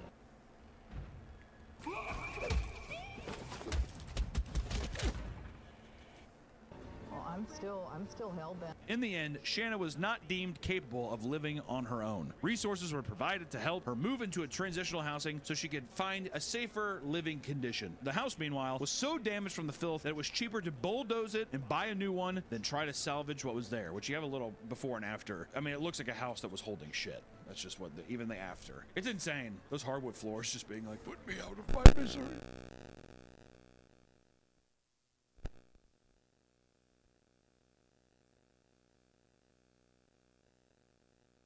Peel me up and throw me away. Of course, we got to go to Reddit. We went to the TV. Let's go back to, let's check out Reddit on r/Child of Hoarder subreddit support group. God damn, dude. Probably could have labeled that something a little less horrific too. Child of Hoarder. For children who were unfortunate enough to be born in the living conditions of a hoarder, a subreddit was created that allowed them to vent about their frustrations and receive support. So these people who are just like, does anyone else have a mom who's just hoarding? Many have discussed the intense burnout they feel trying to clean an endlessly replenishing source of garbage. Others voice their struggles staying clean with their entire home outside their room is extremely filthy. So people are like, I feel like I have to clean all the time, or I feel like I'm disgusting all the time because I'm sleeping next to Little Debbie wrappers and boxes of toasters and shit like that. You know what I mean? This is an interesting post here. It's just titled, Smell. How do I keep my room and myself smelling clean when my house smells like mold, piss, and shit?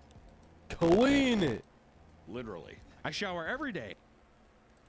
Wash my hair every other day. Scrub myself the down, wear deodorant, clean clothes, perfume, and lotion, but I'm still scared I smell bad because some boy said, "Ew, you guys need some new perfume. You smell," to a friend and I. They could have been joking, but still. My room, air filter on 24/7, and if I don't have that on, I have a candle on. Trash in my room gets taken out when necessary, so like 2 times a week maybe, but I feel like it could still smell, so I don't know. Just need some suggestions. And in worst cases, users have been posted about how they have to call the Department of Health and Child Protective Services on their own parents just to get themselves out of their living situation. That's horrible. I guess to end this video, you know, hoarding seems kind of funny. On the surface, it seems pretty funny. You know, you collect trash, what the hell are you thinking? But with anything that's mentally disturbing, it's like always based in some kind of deep-rooted trauma. I could easily see people folding into a hoarding lifestyle. Hoarding is the long game. Starts off with a little something, and then you blink 15 years later, and then you're dying underneath in your own labyrinth of filth, basically. The Minotaur is putting his hoof on your chest, being like, "Good night." So if you're starting to collect things, just know that collecting things can be fine. Sometimes you don't want to think. You can get sentimental over little non-living objects, right? But if it starts being like an empty box of cereal, you really start to evaluate where you're at with your headspace. How you doing? You know, talk to somebody. And also, if you know somebody in one of these things, maybe give them a checkup. Never wrong to say hello to a friend you haven't seen in a while, right? They're still in their house. They smell weird. I also found out that Nick's family is got a lot of hoarders there too. You're not a hoarder though. At least not yet. Not yet. Until next time, everybody, don't be hoarding shit. We'll see you next time. I'm going to teach you how to make homemade duck sauce. Never be at a loss for duck sauce again. 3 tablespoons of apricot preserves, white vinegar. Now whisk this together and take your duck sauce and pour it into your jar. Just like that. And there you have it. Homemade. Wow. Well, that's gonna be the end of the live stream. I hope you guys enjoyed it. I might go live on Saturday. That's my next off day. If I do, I don't know what I'm going to do. Maybe more reacts. But yep, I will see you guys next time. Bye.